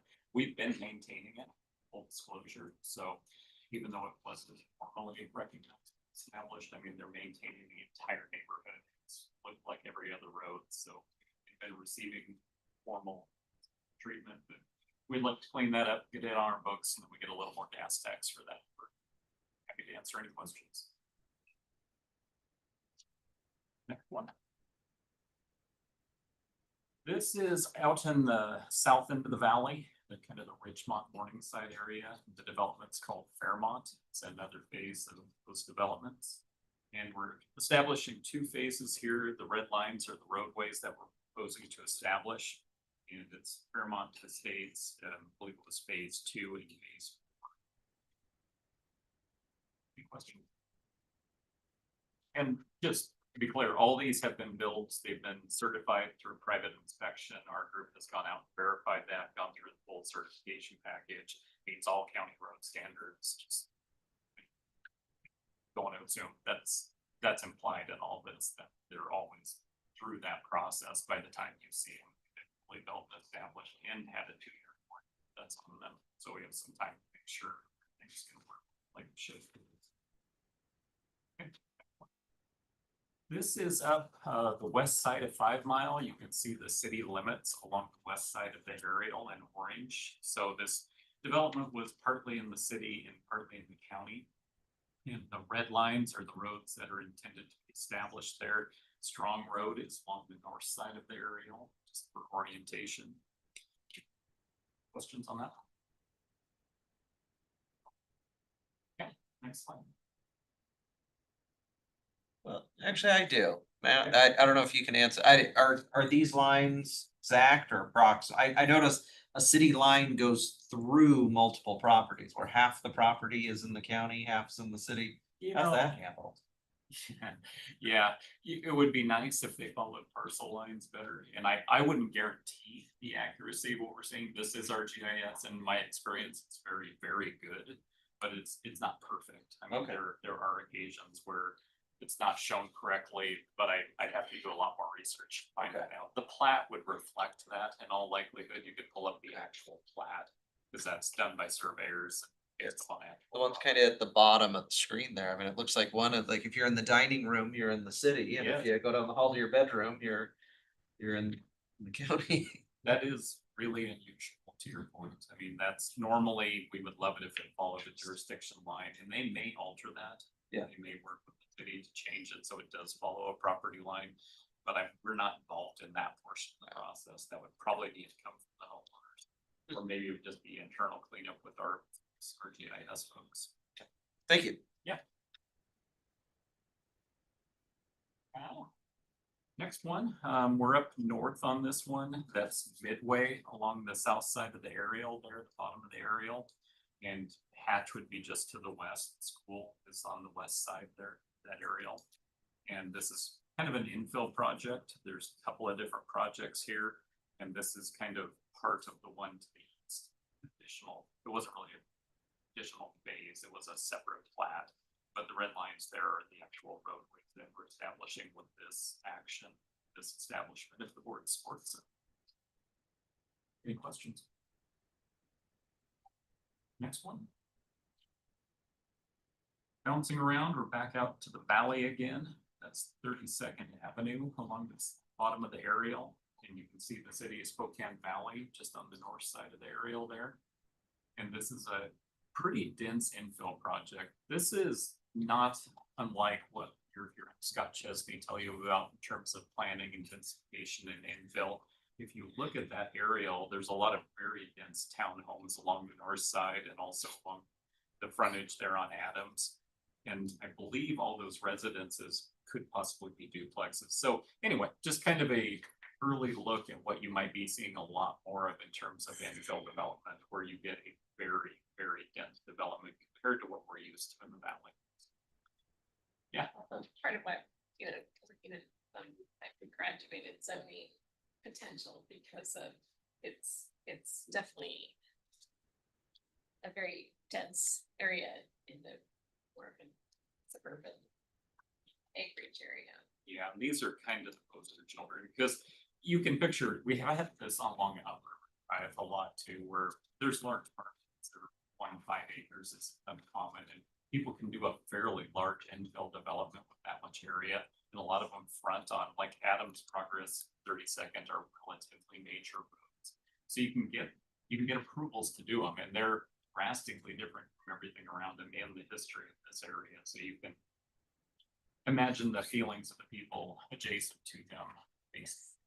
This is a big challenge. Lots of people were not happy. Yeah. All right, questions? Next, and I believe the last establishment. And this one's up north again. This is another fairly unusual one in terms of the city is on the west side of that aerial. And all the colors on the east side are multiple phases of the same development. Well, actually 2 developments. Woodridge View is one, and then Falcon Ridge North is the yellow. So we have, I think, 4 phases all told here and quite a bit of roadway. The interesting thing about this development is you have to go back down Assembly into the city to the west to get out. There's not a connection yet up onto 5 Mile. This is the very western flank 5 Mile. So anyway, that's an infill development that's happening. There may be future additional development to the east that connects it back in to 5 Mile Road or 5 Mile. But there is not currently. We've heard from the citizens on that. They would like that connection. Well, some are opposed to that, but it's galvanizing one way or the other. How many lots are gonna be created by this? These lots are all existing. I'm gonna say there were somewhere in the 300 lots. And there's a lot in the city already. You can see to the west, this development's just been climbing up the western flank of 5 Mile, and it's basically to the top now. But again, we do not have right of ways currently to connect over towards that 5 mile Hawthorne, but those will likely come, there'll be conditions of future developments if the board elects to put in this area. It will eventually urbanize in all likelihood. Connections. Thank you. Appreciate your time. Appreciate it. We'll see you back this afternoon. for Yes, we have some, lots of public hearings. That'd be fun. That'd be great.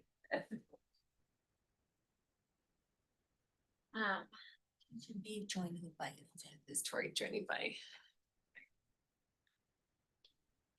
Sorry, Preston, we're just running a little late this morning, so. You're fine. You see Tori. Go. We usually. Good morning. So can you guys hear me? And we can now. Okay, great.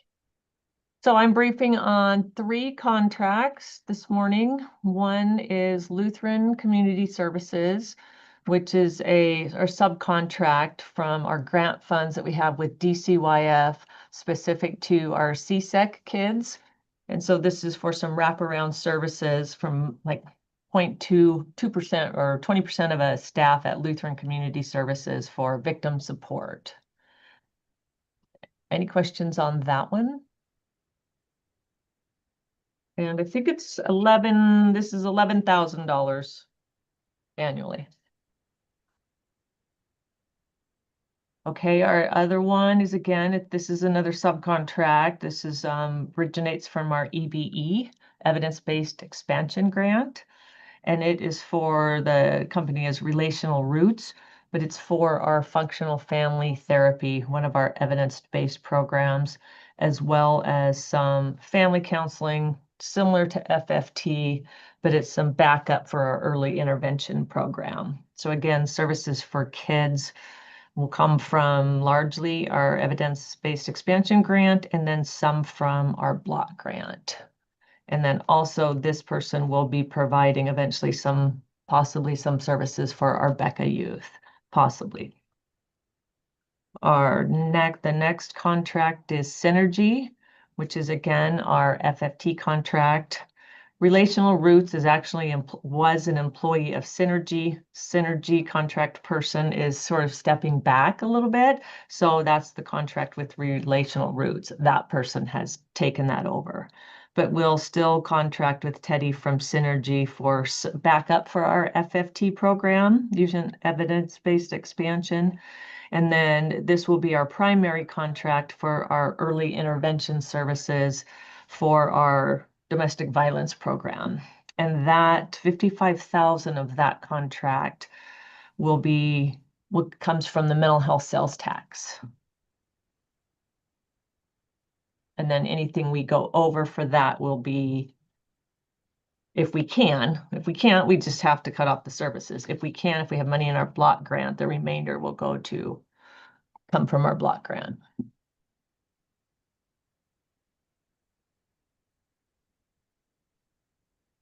No questions? Doesn't look like there's any questions. All right, thank you. Thank you.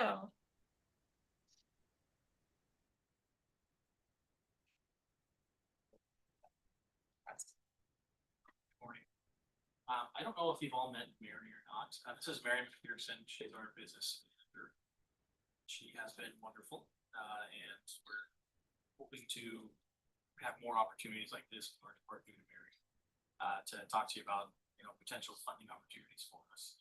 What we have for the board this morning is a grant that has come our way through Commerce via partnership with the YWCA as well as city police.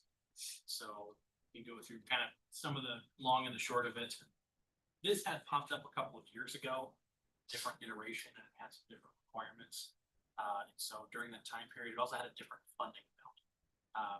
And we did not end up, this project didn't go all the way through. But what this grant wraps around is the idea of a danger assessment or lethality assessment from law enforcement. We already have something similar in place. We call it the lab card that law enforcement utilizes whenever they have contact with the domestic violence victim.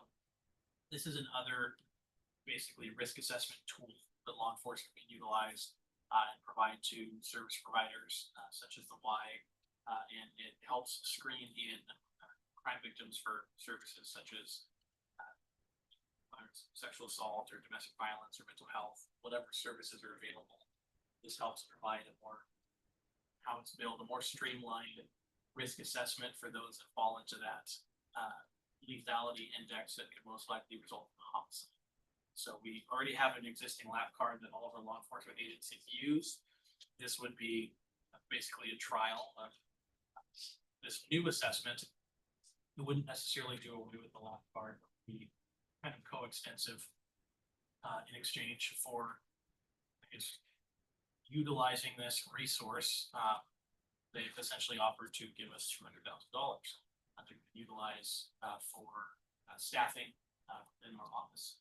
And it's renewable at least one more time with its presently billed, or at least renewable through 2030, because what the numbers show. So if we go to the next slide. So we applied for the 200,000 and the funding cycle for that is July 1st through the June 30th of next year, with renewal anticipated through 2030. The benefit of this also is that it contemplates the indirect costs, so we'd be able to get some reimbursement for that as well. So we could go to the next slide. So where we're at right now is we should have 5 DV prosecutors. Frankly, we should have 7, but due to our staffing, we're currently at 4 in that unit. We just moved one from our domestic violence unit to our major crimes unit, so we have a vacancy. We'll be able to use this funding to support existing attorneys there as they help our law enforcement and work through the transition of utilizing this lethality assessment tools. So our hope and how we've built this is that we would be supporting a full current position within that. So as presently envisioned, we could use it, for an investigator if we had an investigator. I know some years back presented to the board on the need for a domestic violence investigator. We're still in the search for some funding to do that. So at some point in the near future, if we come back and be asking for that, that's not how we presently envision utilizing these funds. But we can also use it for expert witness testimony. I just did a jury trial where we utilized a strangulation expert. So, unless we have individuals volunteering those services, they're not free. So we've got some really good providers that provide us a great rate. But these funds we'd be able to use in that expert witness space. So that would be great, as well as travel and per diem for training. So as I've indicated several times before, we've got a young office. We're trying to get folks spun up to speed as quickly as possible. So the ability to send, our DV team to trainings that will help with that, utilize these funds for that would be awesome. But ideally, we're going to be covering a full FTE position with it. And so that will hopefully offset some of the tougher discussion we have here. So the good news is, as Mary has found out, they have approved us for 200,000 for the first cycle. So we're essentially asking the board if you'd be willing to help us accept this 200,000 and get it into use. So I don't know if you have any questions. Is this assessment tool, how different is it than what is the current kind of process? So is this a newer one that is starting to be used across the country to examine the lethality of the situation? Yes. So this one is tailored specifically to trying to identify individuals that fall into more at risk for homicide. Whereas the lap card in our presentations might screen in more people than the DAIL actually does. That's the acronym. This one's the DAIL. And the idea is that you are picking your most high risk, prioritizing those for services, and the main implementation piece of this is going to be happening on the street with our city law enforcement. So they're going to be kind of testing it out, and we're going to be seeing how it impacts our decisions or potentially utilize these risk assessments. Often when we're arguing law amounts with the court, we're telling the court, hey, risk assessment says X, this is what that potentially may result in. So it helps support our arguments, and we're going to see you know, how if at all it changes our workflow. I think the hope is that this is gonna help identify individuals that, you know, are gonna be in those more extreme situations. Any other questions? Good job finding this great to do money. Do money, yeah. Thank you. That is.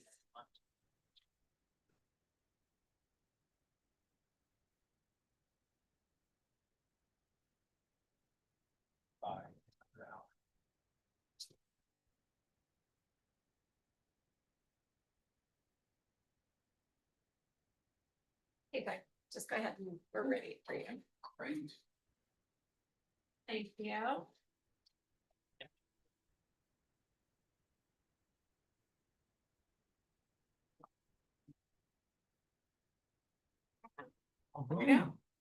Good morning to you. Good morning. I think I have a very brief presentation to share with you. A housekeeping item this morning.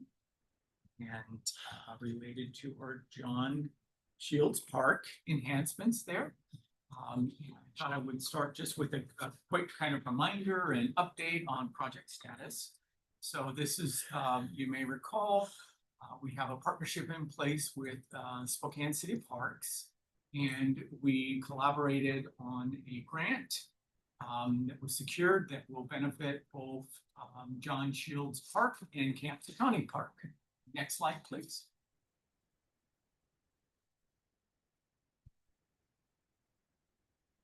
And just quick location of those. Next slide.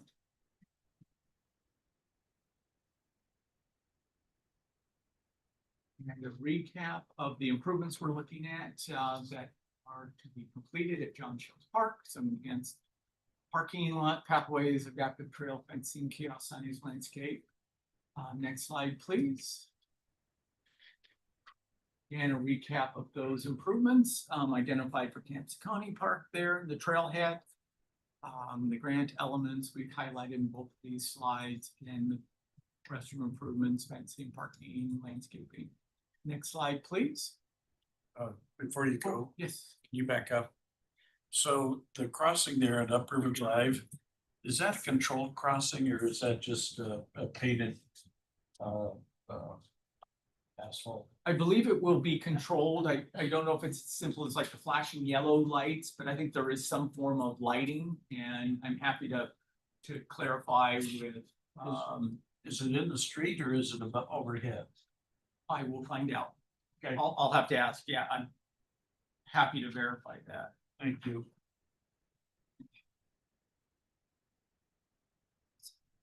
Okay, and on this slide, we just provide, we've been at this quite a while. You may recall the county took lead in phase 1 with the acquisition of several properties in that area.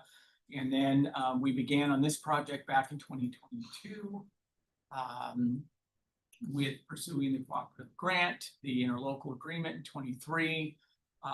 That was updated in 24 as more accurate cost information came in for the project, and both the county and the city contributed a few dollars more. And then in 2025, when we expected to commence with construction, we had worked with the city parks at our request to take advantage of the expertise we had on staff at the time, utilize one of our project managers to provide back about $12,000 towards staffing to help us, again, stretch our budget in 25 and utilize resources. Next slide, please. However, what happened in 25 and the status is shortly before they were getting ready to commence, they were notified by the state, where I believe it was the National Park System, wanted some additional cultural resources study work to be completed.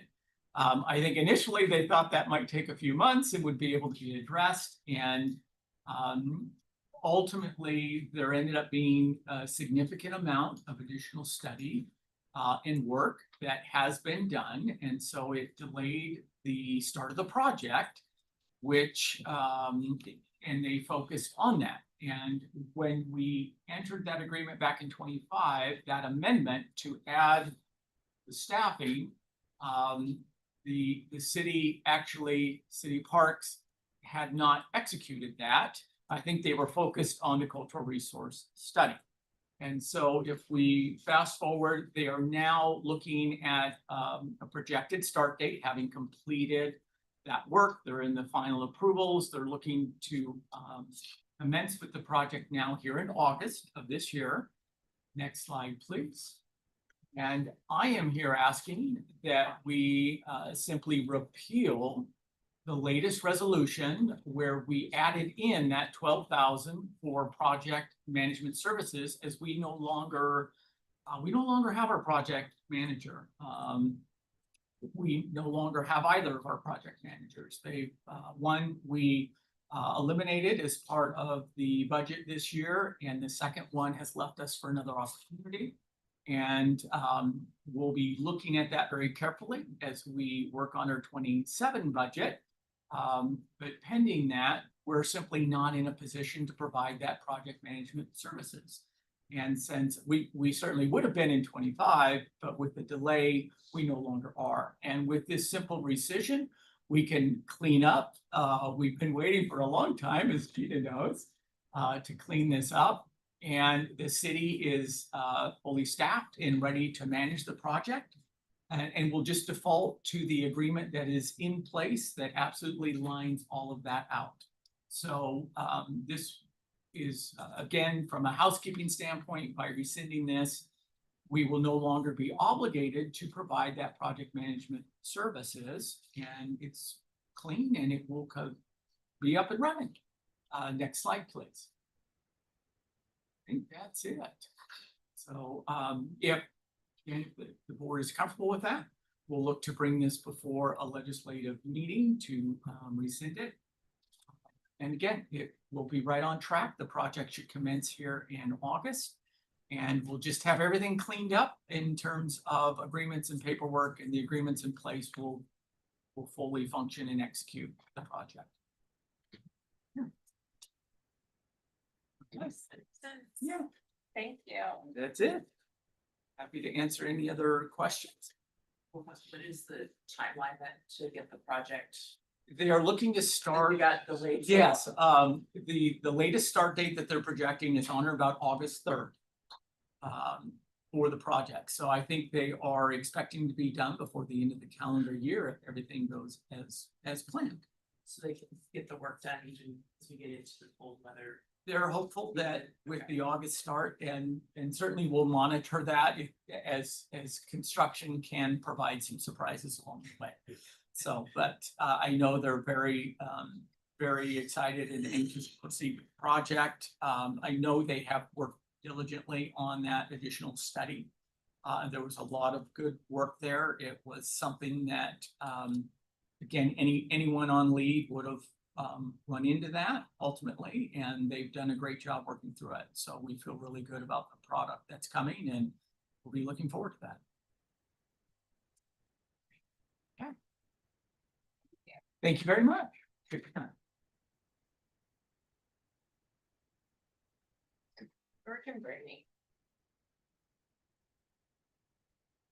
Well, we've just got a brief update for you all regarding 2 affordable housing projects. So Kenny's here to talk about that. Good morning. Yeah, just 2 projects. They both have already been briefed, but it's been either like over a year or more than that on one of them, I think. So we're kind of just bringing these back as they're both ready to be executed, or in the near week or 2, they're ready to be executed. So the first one's River Rock Point 2. It's a rehab project. We originally invested in this as a new construction project in 2005. So this grant is just to help with some plumbing retrofit and repair, keep that project going, and another 20 years of affordability. So that one's pretty straightforward. I'm happy to answer any questions on that. And then the second project is the Broadway Seniors Project. That is the Home ARP Award from 2024. this has been a work in progress and lots of back and forth with contract negotiations and project changes. Nothing like significant, just, you know, how these projects go, things take time. So we're just kind of getting that wrapped up as we speak and hopefully bring both of these to you either on the 21st or the 28th for legislative execution. Yeah, there's nothing worth noting in terms of major changes from the original briefings. Just been a long time, so I wanted to bring them back for any questions or concerns before taking those to you. Coming weeks.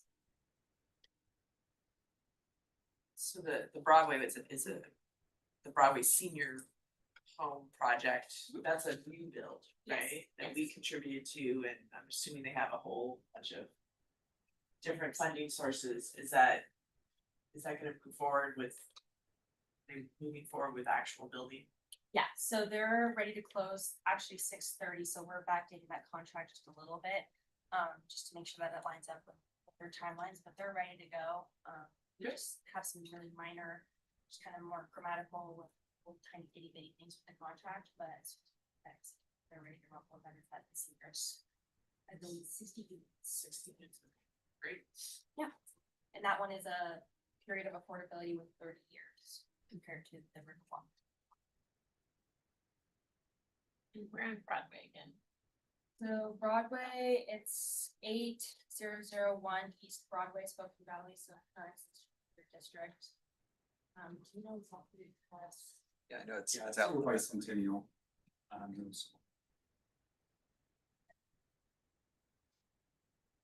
No further questions, I'll have those, soon. Thank you. Thank you. We get to our executive session. Yeah, awesome. So this one is on the Public Defender Selection Committee. We've had some conversations about it. The first slide shows the RCWs and the resolutions, RCW for the selection committee on the public defender. And then also the county formally established the Office of Counsel for Defense. And then we use the same committee for that position also. The term, which is shown on the next slide, runs the same time frame as the prosecutor's elected term for office. So this is something the board does every 4 years. And we need to get it going because we need to have people in place by the end of this year. It'll take some time, as we all know, to run the process. The composition per the RCW is a member of the board of commissioners, a member of the Superior Court, one of the judges, and a practicing attorney in Spokane.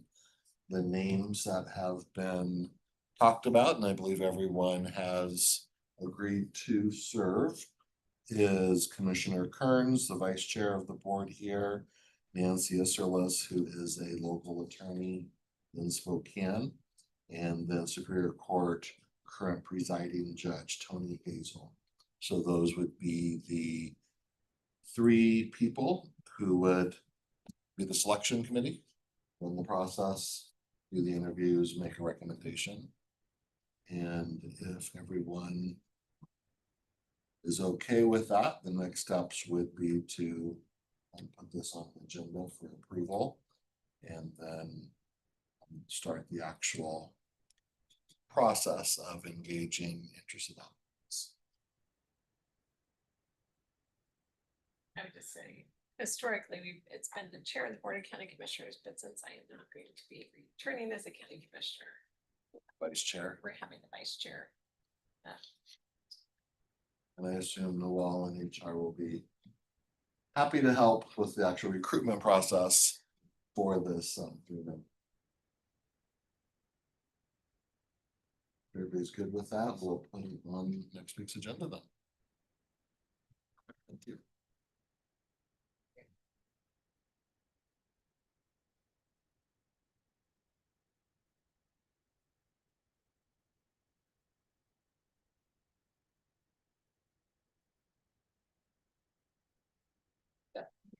Okay. Great.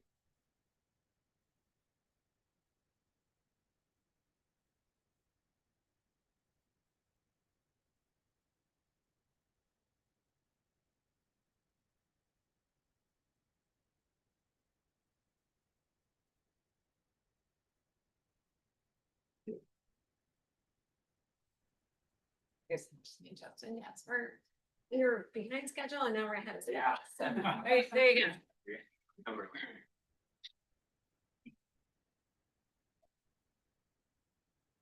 Brought some hard copies to pass around.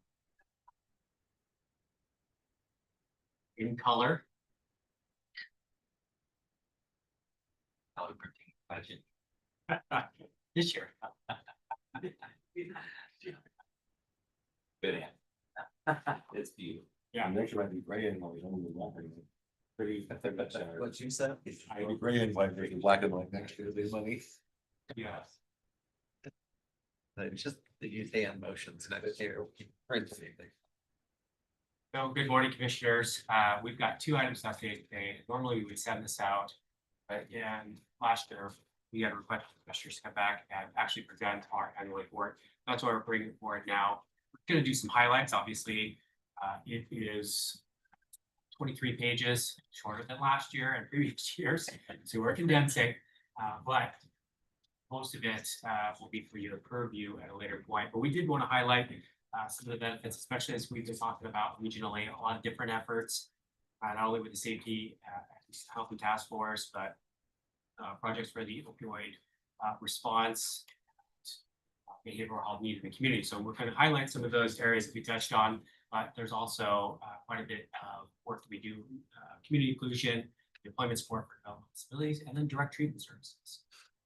And so I will go line by line in this, as you guys will be able to review it. But we could jump to the overview, just to highlight in 2025, we served over 45,000 individuals total across our entire division. We managed over $63 million worth of funding from our grants, which is about 55 to 60 different funding and work proviso or other types. So knowing each of those rules has been a challenge. As a grant funded department, it is always something new that's coming through. And this year we're getting a bunch of new grants, the federal government for rural health transformation and whatnot. So it is always kind of a dance as we go into each year on what's coming through, what obligation and responsibility we have, and where does that look. With the planning that we've had over the last couple of years, our funding has remained relatively stable, which has been a great news for being able to provide those services, which include last year, having to deal with a clawback of $10 million, which with, I said, pre-planning, we knew there was going to be some money that the state was going to take back. We were still able to meet all of our obligations, both in contracted services and ones that we had committed to and had not yet gone into effect.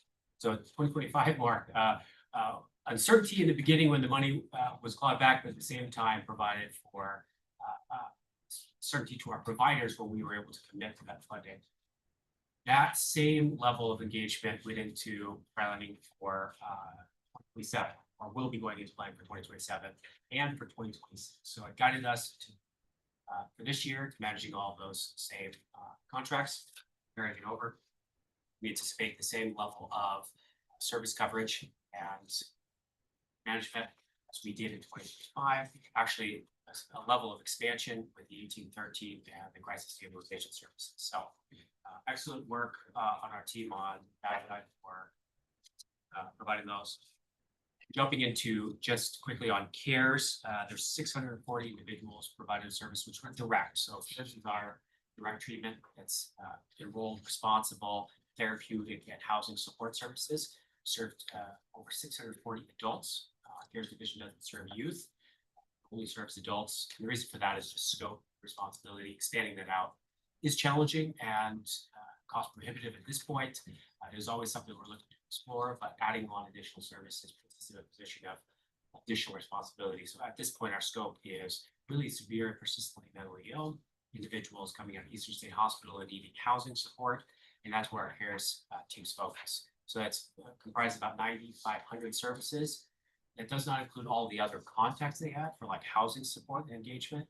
And our CARES division oversees about $5 million worth of housing subsidies as well through Commerce and through Healthcare Authority to support individuals with behavioral health. So that's another benefit that our CARES division provides, not only the support to remain independent, but to continue to provide for additional support. Again, looking at residents primarily in the Spokane County area, but also out in our rural areas if the need arises for delivery of those housing supports. In our DD division, we provided services to over 1,100 individuals, which is primarily community inclusion and the employment support. There was also some prevention engagement and training for families.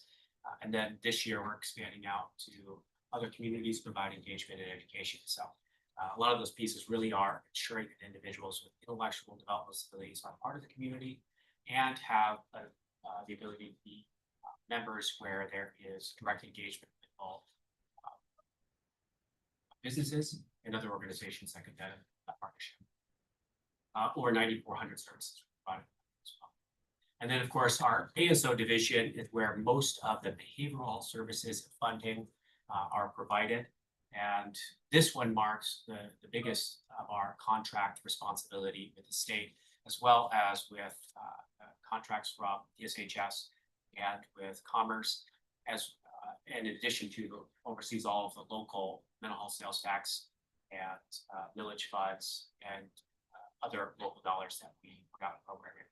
And I'll turn that actually over to our Assistant Director, Ashley McGee, to provide a little update on the ASO division side. Yeah, and with the ASO division, as Justin indicated, we're the regional behavioral health system administrator across 6 counties, including Spokane County, of course. And in 2025, you'll see that we touched more than 34,000 individuals through 139,000 plus services, behavioral health services. And I don't want to highlight just the volume of services that were provided, but that we continue to build a more coordinated system focused on early intervention, providing those services in the community, diverting individuals from incarceration as well as emergency departments, and connecting them to the right level of care. The financial picture, you'll see that the scale and complexity is vast on the ASO division. We oversaw and managed more than $44.3 billion across 51 different federal, state, local, and Medicaid funding streams. You'll see that crisis services is one of our largest investments, which is one of our core responsibilities on our regional BHASO. And we also provide a lot of different voluntary services within the regional service area, one of few BHASOs across the state that's actually able to do that, investing in care in the community to prevent individuals from going to more acute settings. We work to connect our funding to our regional needs. Our division spans the full continuum of care, including prevention and early intervention to crisis care and inpatient treatment, as well as outpatient behavioral treatment care. Beyond funding the services, we also provide clinical oversight and care coordination for individuals more aligned with the non-Medicaid population to connect them with the right level of care. We have a team comprised of behavioral health licensed clinicians that not only review requests for care, but coordinate with providers to support individuals and transition them across the level of care with the goal of keeping individuals in their communities in a less restrictive environment with timely access to necessary care. We also highlight a couple of our youth programs in the guide, all 3 programs that offer very different levels of services, but all are grounded in the same intent, which is to provide upstream intervention to individuals. Our REACH team is one of our locally housed programs in-house, and that's 3 individuals that provide care to youth and families that are experiencing complex behavioral health needs in our system of care, which is complicated to navigate, and especially when you're experiencing multiple different needs. We also highlight our child, youth, and family mobile crisis team, which is 24/7, providing mobile outreach and stabilization services in the community, and Lumen School. And you'll see a quote there from the Lumen Hope Wellness Support Program, which highlights that an individual reaching out to get clarity about their behavioral health needs was actually able to identify unmet behavioral. Oh, go ahead, Ashley. So sorry. Yeah, no, it's been too. Question was asked to me last week, and I was not sure whether programs like this also include, let's say, youth that are identified as being on the spectrum. Yes.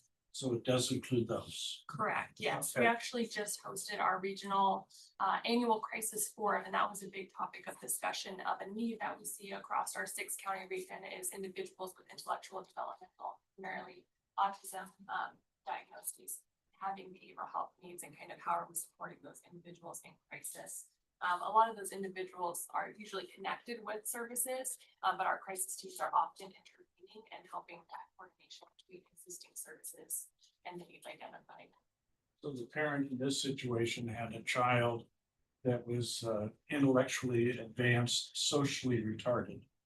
And so had difficulty interacting with other youth the same age because it just didn't have that social awareness kind of a deal and stuff. So that was the question was asked to me, and I just didn't have an answer. We definitely provide support on the crisis side. So if that youth and family had a crisis engagement, our teams would engage. As it probably applies in this situation where individuals needing some ABA therapy or some sort of social engagement, that is not provided under the behavioral health side. That's generally provided under different funding, depending on both their commercial or Medicaid covered insurance. But we do partner with those agencies, so any behavioral services done through Panda. Thank you. And a lot of times those are done in schools, for their. My niece, her son, we were just talking about it, because he just had his birthday party and he's able to go into some classrooms, but not all classrooms. And most of the schools have like kind of a specific classroom for kids that need to have that time away. Yeah. Socially, but then can go into classrooms, the general classrooms for different academics. Okay. But it's like still a lot of the parents to try to help. So Thank you. Looking at our crisis data, we had some pretty significant impacts in our crisis for our 6-county region. You'll see that over 31,000 regional crisis line calls, 3,500 mobile involuntary treatment act investigations, and 42,000 mobile crisis encounters. Comparing that to 2024, we actually saw a 25% reduction in RCL calls, and that reduction comes from the incorporation of 988, where we saw a 25% increase in 988 calls. And so the system changes that we've implemented over the last several years to focus more on 988 for individuals seeking help and more RCL for dispatching mobile crisis teams by providers. We've been seeing those impacts come to fruition this last year. And so not a bad or negative thing, it is in alignment with the plan that we have designed. With that, we've also saw a 20% increase in mobile crisis services for the youth population in our regional service area. So we're seeing individuals and youth and families sooner in the community and trying to prevent them from going to higher levels of care or needing that involuntary treatment. And for the first time in about 6 years, we actually saw a decrease in our Involuntary Treatment Act investigations. This year, 20% reduction. So that aligns well with our increase in mobile crisis response. And just notes on that, that has direct correlations with what we see in an acute care hospital setting and or other facility where youth go. Because we have limited resources, our focus on expanding that out. And we're the first regions to do that for the stabilization services allowed for what you see at PCCA having a reduction in overall census. They have more acute individuals generally get to that point after the behavioral health symptomology gets much more significant where our crisis teams can manage. But anyone in that interim receive a service, and most of them have been resolved where they're returned back into lower level of care where that service can be provided. And then for both of those services, for the local stabilization response services for youth, as well as the RCL, we were the first regions to begin the transition for both of those, which then just highlights the leadership that we have both in our region, but also across the state. And we've been asked to be a part of and have been maintaining partnership with the Policy Academy on directing how that transition from RCL to 988 is going. So really fabulous work, leadership in Spokane, and leading the state on those areas, which only benefits our residents in our region. For the mobile crisis teams provider here in the county. Frontier Behavioral Health. And is that 24/7? Yes, they have an adult mobile and endorsed mobile crisis team, which is 24/7. They also have the youth, team, which is 24/7. So they have two functioning mobile crisis teams that are 24/7. And how many people are on the team? There's quite a lot. I think our youth team is about 16 or 17 FTE, and our endorsed adult team is closer to 22 or maybe a little bit more than that. We've added a lot of staff over the last year for that endorsement. And what is their like credential? The counselors and social workers, very, They're comprised of licensed clinicians, and then also peer support specialists who are certified by the state, both parent and youth support specialists. Multidisciplinary team, like the provider doing the actual outreach and engagement is a licensed clinician. The background or the level of degree could either be licensed mental health clinician, a social worker, and or equivalent licensed mental health and family therapist, so long as they meet that highest credential.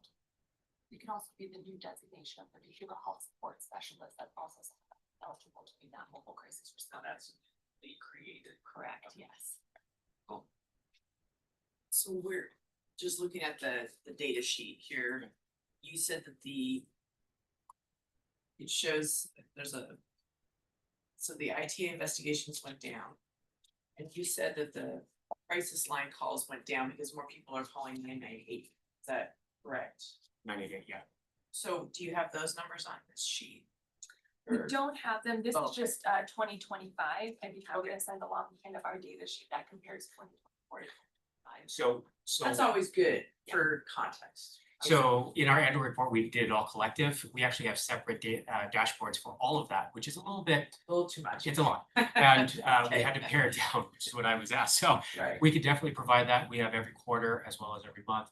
The idea of tracking that really was to ensure that UH and HCA, which manages both of those, understands how those numbers are shifting.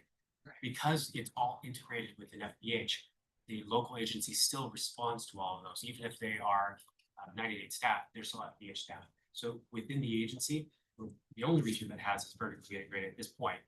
It gets response regardless. It's local. So in other regions, they might have different providers for the different services. Yeah, for example, Greater Columbia has VOA as their 988. And then they just now, 2 years ago, contracted for their RCL with them, but they're separate teams. But they're not located within the counties. They're dispersed throughout the state. Their providers who are responding with their counties. So it did work out. You feel like it's working out well, that we have Frontier as kind of this core element of of the response. For Spokane County, we still have our crisis providers in all of our other counties as well. Yeah. Right. And it's working so well that when I wrote up the plan 2 years ago for this transition, they're using that primarily as the platform for implementing the RCL 90-day transition now, and are going back to looking at using more of our RCL system to do back billing for Medicaid, because currently 90-day doesn't capture that. So the goal is to see, we want more people to call if they feel like they need to talk to someone. That's like your first line. Yeah. And hopefully they get some support that way, it's direction. The next is the mobile crisis.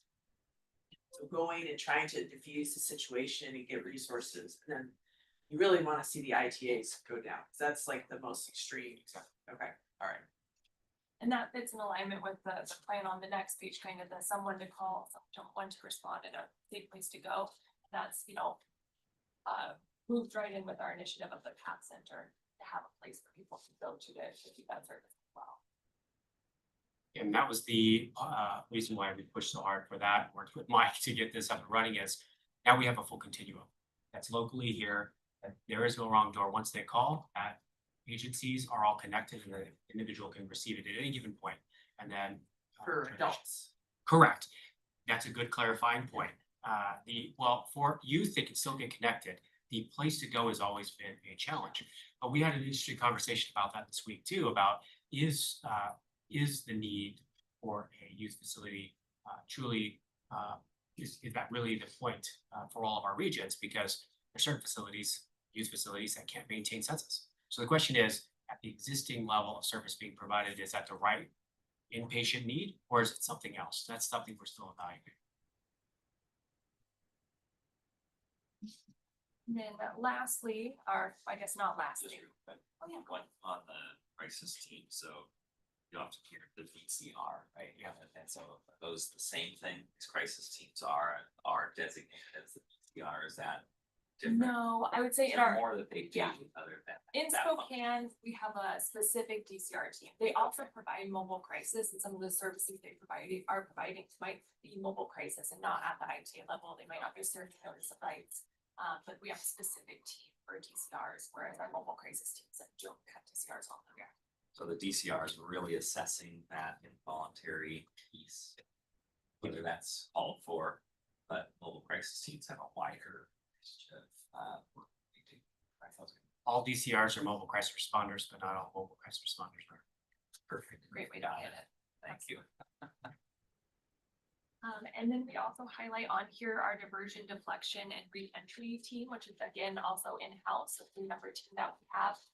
Who works on a couple different projects, one of them being our contract with DFHS for 5177 prosecutorial diversion. They also do jail transition and re-entry support for individuals receiving referrals from prosecutors, defense attorneys, the jail, or providers, or family, or individuals themselves. And they're also the team that has partnered with our prosecuting attorneys for the Step Forward program, and are the ones going to see individuals prior to their releasing for that pre-filing diversion.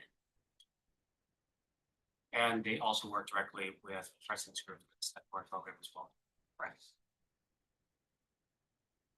We also highlight here some of the things moving forward. As of last week, July 1, we moved forward with House Bill 1813, which is taking on the delegation of crisis services for mental health stabilization services at Pioneer Center there, and that went live, and we are doing well under that initiative. And again, wrapping that further into our crisis system of care and ensuring that we have continuity across our entire crisis system is what we'll be working for.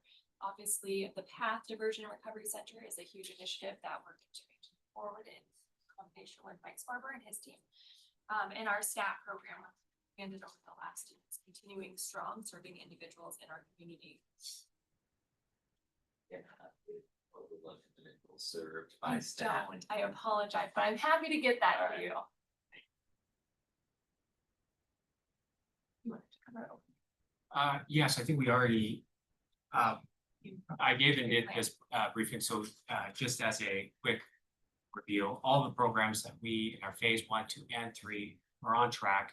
I know that when Heather came forward as well, we had advised with the budget office that we need to hold and reassess on those projects. Currently, we are within the parameters to meet all the obligations, but we want to make sure moving forward that case remains the same. We are on progress to transition STARS at the end of 2027 fully into PATH. We have a plan for how that transition will look, which will allow for the shift of opioids, but not we have an immediate impact to those services. And of course, our COVID response program with the fire department really pushed them to take a look at their current program. They created a standalone paramedic position before they did. So this was a really good catalyst for them to relook and with their program and expand out in their care. So you saw a greater expanse of services even in the city just with the small investment that we had. I shouldn't say small, rather significant investment, but overall benefited the entirety of Spokane city and outlying areas. So that investment alone benefited in culminating effects across other programs. Otherwise, everything's on track as we discussed already in the previous 2 briefings on the opiate. So, yeah. So yesterday we talked about the use of the mental health sales tax. And then I was looking at your graphs here with your ASO division. Yep. But and it's hard to tell because it's just a bar graph or a, Pretty condensed. so I don't know how much is being spent in each area exactly, but it doesn't seem like. So are you saying that the mental health sales tax adds up to the 8.8 million if we were to look at this graph, this So this, That's what you said was being spent on ASO related programs. from mental health sales tax Right. funded programs that Right, are I'm looking at the overtaken. light blue line. on Yes. All of these. So- Would that add up to that amount? So the difference, this was the projected amount which actuals changed. So the number for the 8.8 may have come in slightly lower, but this is the allocation sheet that we put towards that. In the past, we also had fund balance or reserve that we spent down. So what you may see in being utilized here actually came out of reserve, but the money coming in for the allocation was not 8.8. So there's a difference. Actuals versus allocation versus what was in reserve and reduced down. So overall, mental sales tax was used. I don't have the number off the top of my head. I don't believe it was total 8.8 was utilized. I have to give you an update on that one. I think it was slightly less than that. In fact, I think it came in closer to 7 million was actually utilized in 2025.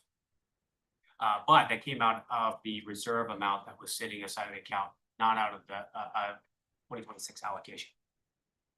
We are on track in 2027 to utilize all that remaining reserve. We've been using that for the last 3 years. So going into 2027 is the first time we'll be asking for allocation on the annualized amount. There's the difference on that, but yes, it is included in that. But it's the actuals, not the 8.8, so you may not see that reflected as. And the courts line, that's just what the ASO spends on the YTA courts. Correct, just the amount that we're responsible for that you see on the involuntary treatment act court, it's the line. And that's separate from this other 3 million. No, it's part of that. Okay, because it doesn't even add up to the 3.1. But I know this is 25 and this is 26, but I would just love to see more of that detail to understand what reserve money is being spent versus, new sales tax money coming in, just to get a sense of where we are with mental health sales tax. Yeah, so over I believe the last 3 years, we have not utilized any new mental sales tax or allocation. We've been using funds. So 2027 will be the first time that we will be coming forward. We only projected as we end 2026, we will have a fund balance just remaining 2 million, not including the 7 million in reserve for liabilities. That will require us to ask for an additional allocation to offset for these programs. I need a whole separate briefing, but I appreciate that. Thanks for giving a little bit more information on the reserves. I didn't realize we were only using reserves. For the amount that community services has, correct? Not general fund reserves. Right, the mental health sales tax reserves. But we probably need to dig into that a little bit. Yeah. Thank you. So 2025, just in summary, was marked with a lot of uncertainty initially starting the year. 2026 again came into that same expectation for coming into a unique economic environment. 2027 looks even more challenging, but we've maintained the ability to provide the services without any significant reduction and expand programming, as well as take on new projects. So 2025 was a tremendous success in ensuring that the region was providing behavioral services, developmental disabilities, intellectual disability support services, and direct treatment services. And because of the successes of 2025, we actually had to transition more programs. So one of those, two of the new ones would be True Blood. So this was an education and engagement that was actually passed through Better Health Together. The state pulled that contract back and gave it to the ASO. So now we're taking on that responsibility for True Blood engagement, as well as the rural health transformation. And there's a couple other projects they're looking at in the future. So success begets additional programming, but then allows us to be able to then direct it to the community. Oftentimes we hear the question, how can a member or resident of Spokane County see this benefit? They immediately see it anytime they call the 988 RRCL. If it wasn't for our investments in that, then the regional crisis line, which serves individuals, would be served outside of our region. And even the 988 is somewhat subsidized by RRCL, and they receive an integrated service. So anytime you call that, that's us. Anytime any resident in the region that is non-Medicaid gets detained, or even if they are Medicaid, they get evaluated and sent to the hospital, that's accountable. Overseeing that service and ensuring a quality of care. And then when they get transferred outside of the region and they are non-Medicaid, we ensure continuity and coordination for all residents, the entire 6 counties, but majority is taken on by Spokane County residents. And as you can see, out of the 8.8 that's assigned, less than, I believe, 1 million is actually set aside for administration. The rest goes to direct services to community members, to either offset the cost that they're receiving as part of a service or to ensure access to individuals that have that. So for a lot of what we do, the benefit to the community, for most of this money is almost 90%, 95% of what we receive is put back into the community. So there's a direct, we're not often the name that people think of when they receive it, or one of the largest insurance carriers, as it were, for all individuals who are not Medicaid in the 6-county region. So I wish we were more widely known. I think the county does a wonderful job at that, and I think we could do a better job of making that known. So we'll be doing that. As you can see in our annual report, it looks so much more pretty than previous years. And our attention to ensuring the community understands that in a way that is both recognizable as well as highlights those key areas as where our focus is. So questions on our Great job. great report? Good question. So a lot of what you do is contracting out with service providers. Right? How big is your actual staff? For the ASO division, so I have about 68 staff for the entire department. And for the ASO division, I think it's close to 3. And so that means that before I had actually an assistant director, I oversee and write a lot of our contracts and our reports and memos and other things as a team. We're looking to expand that out and provide that. Will be one of my asks as we look towards the use of local funded dollars. All that's managed by a team, and there's no direct individual assigned to that. But it's getting to the point where programs have expanded so much that we will need additional support. And we've actually went from, I think, 70 down to 68. And we're currently, there's a couple vacancies. So we've been operating pretty lean. We've got the funding to go beyond that, but we've tried to ensure that we're only managing within the team we need. We're at that point where it's outside of our capacity. And is the diversion, you talked about the diversion folks that are on staff. Yep. Yeah. So is that, are there other examples of programs that are kind of in-house? So we have our diversion team, which is a 3-member team, and then our reach team with our team that helps. And that's a 3-member team as well. And those are 2 in-house teams that actually are providing outreach and engagement services, treatment services, outreach and engagement. Well, this is really great communications, but because you're doing so much contracting out, right? You're like the behind the scenes entity that's coordinating and funding all of it, but it's often another name on that actual director's division. So people have a hard time making that connection. But this is great. Thank you. So a lot of those other agencies or organizations are taking the credit for what this team is already doing to make it happen. In the backbone. We can't count it. Yeah, I guess. The backbone for district. Mr. Kurtz. I just wanted to say thank you. You have a tremendous team. Every time both of you come in here, you can tell you guys love what you do, and you're innovative. I think you're extremely efficient with the dollars you have, and you guys just continue to hit home runs. So I just want to say thank you for what you both do and for what your team does in support of you guys as well. I appreciate that. I have a wonderful team. They do an amazing job. Which leads then into another thing that I want to do, and I'm asking for the board's support, because it's another thing where other regions have worked on increasing awareness for diversion, deflection, and alternatives to both incarceration and hospitalization. One of those is a summit that's put on each year.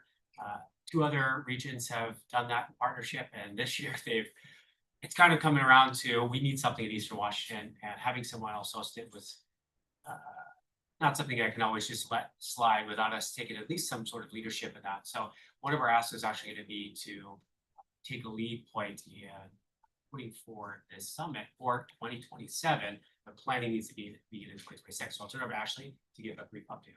Yeah, next slide, please. So the Diversion Deflection Summit, Justin mentioned, that happened 2 years ago, was initiated in Greater Columbia down in Wenatchee. Bringing together stakeholders and partners in the criminal, legal, behavioral health really realm. That's kind of the focus of this Diversion Summit. Bringing together court partners, law enforcement, detention services and behavioral health providers and resource providers locally together to a space to be able to explore the nature of the work coordination that they do together, learn from other programs across the state.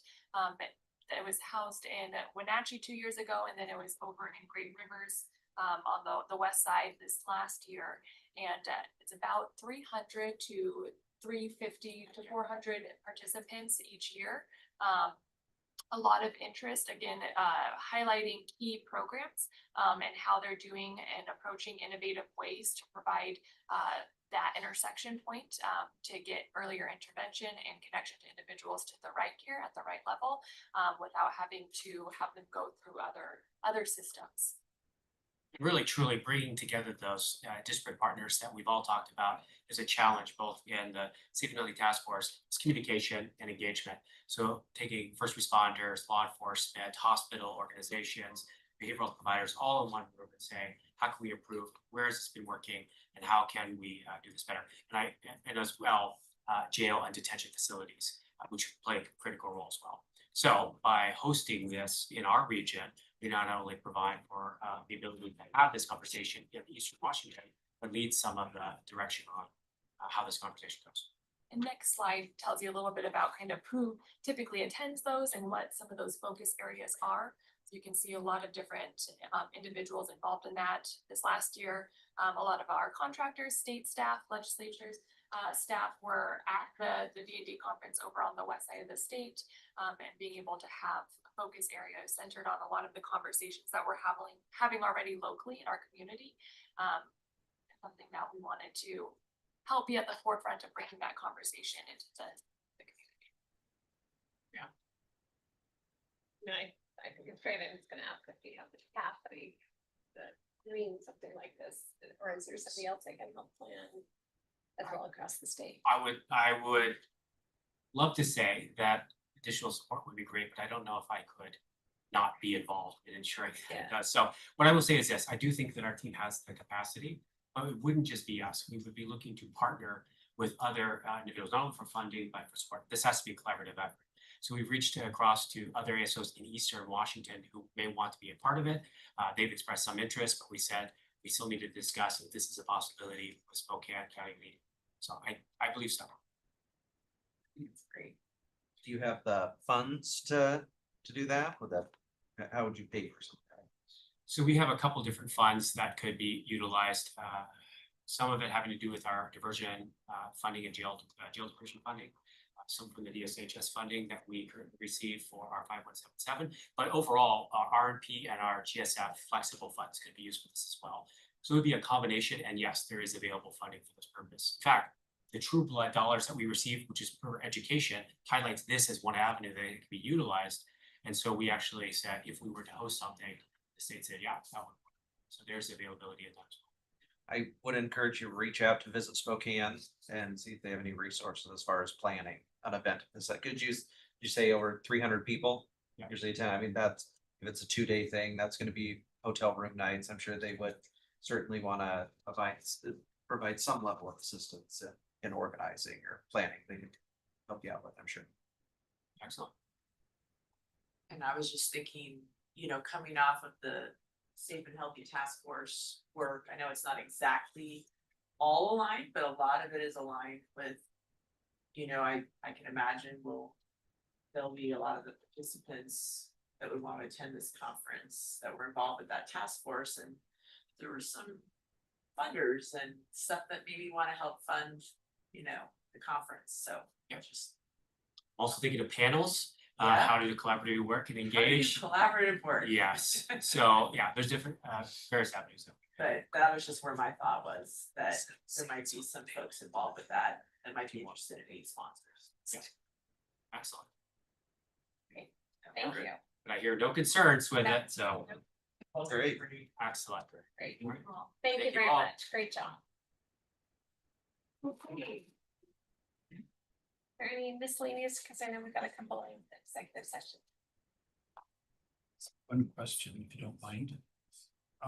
On today's agenda for this afternoon, item 6I, the matter of establishing the Central Public Facilities Committee, and other matters related thereto. Are we just establishing the committee, or are we appointing individuals to the committee? Establishing committee that has the names. The business person, we have not established any individual names for the architect, contractor. We talked about this yesterday. That Mike was gonna reach out to the. I'm sorry, the person. Today is just to approve composition of the EPF along with the two the board reason, along with the bylaw that company. Thank you. But the two, like, you're gonna look to the down. Yeah. Okay. So we have to fill in names. So we have to fill in names and that's not for. Yeah.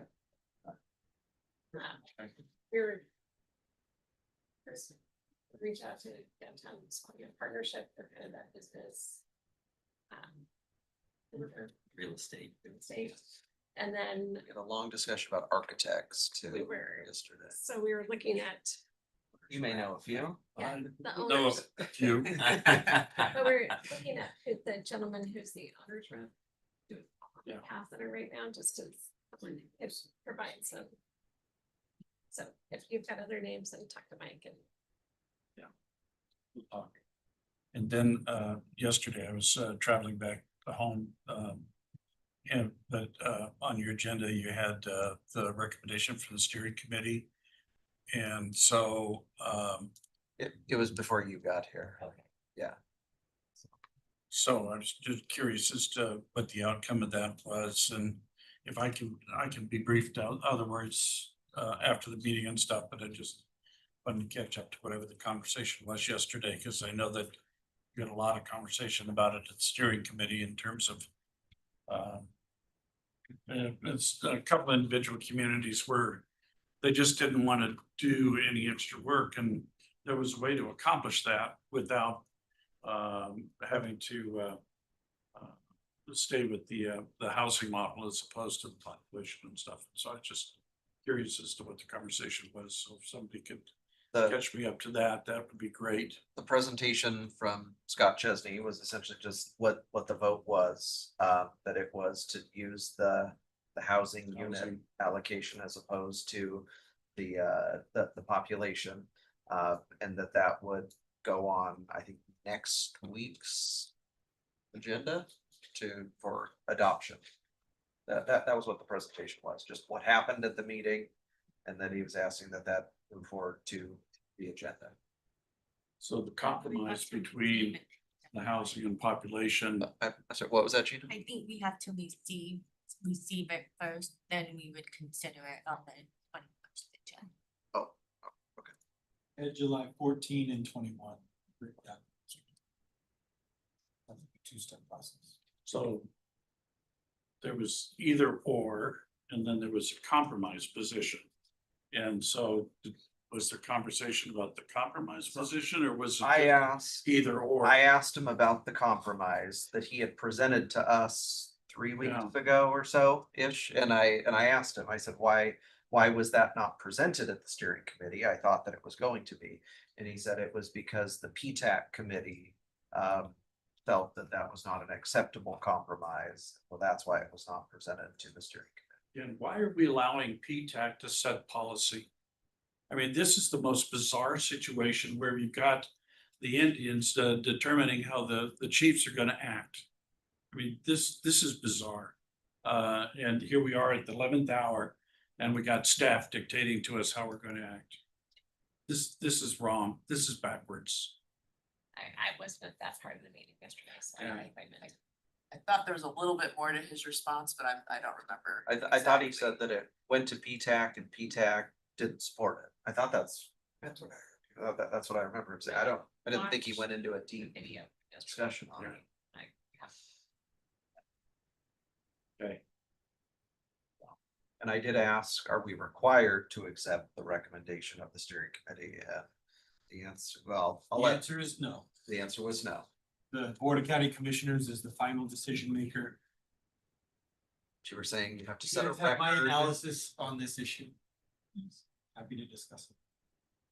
PTAC is steering Board of County Commissioners. And, you know, I made the comment at the steering committee that they have overstepped their bounds.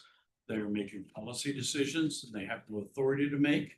And then they leave us handcuffed in terms of what we can do here as a board. So, and I'm on the record in terms of identifying, in fact, I called out the chair of the PTAC for overstepping his authority. This is backwards. This is not the way it's supposed to work.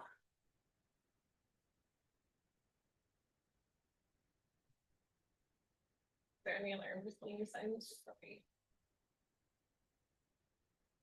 I was just gonna brief up quick on communication. Okay. Probably enjoying some time off, so I just. We have had quite a bit of media interest in the APA this week. Our coordinating efforts with that. We've moved forward with our communication plan and municipalities we met with them last week, and so far so everyone's on board. We've given some of our content collateral to share. We also sent out a video release yesterday for the fire watch. And tomorrow, this month's County Spotlight. It'll be Commissioner Brooks And who? Who are you? Mel. Oh, Pat. USDA. On the APA, Ben Batterpoe suggested doing a presentation on the APA to the West Plains Chamber. Yeah. And so has he circled back with you about that? And is that I thought it was a good idea, but not knowing what the rest of the information distribution chain is, I just didn't get them. Yeah, we've had discussed it, we've discussed it, and then I think we're just going through a couple more legal channels to make sure that we're doing that. Thank you.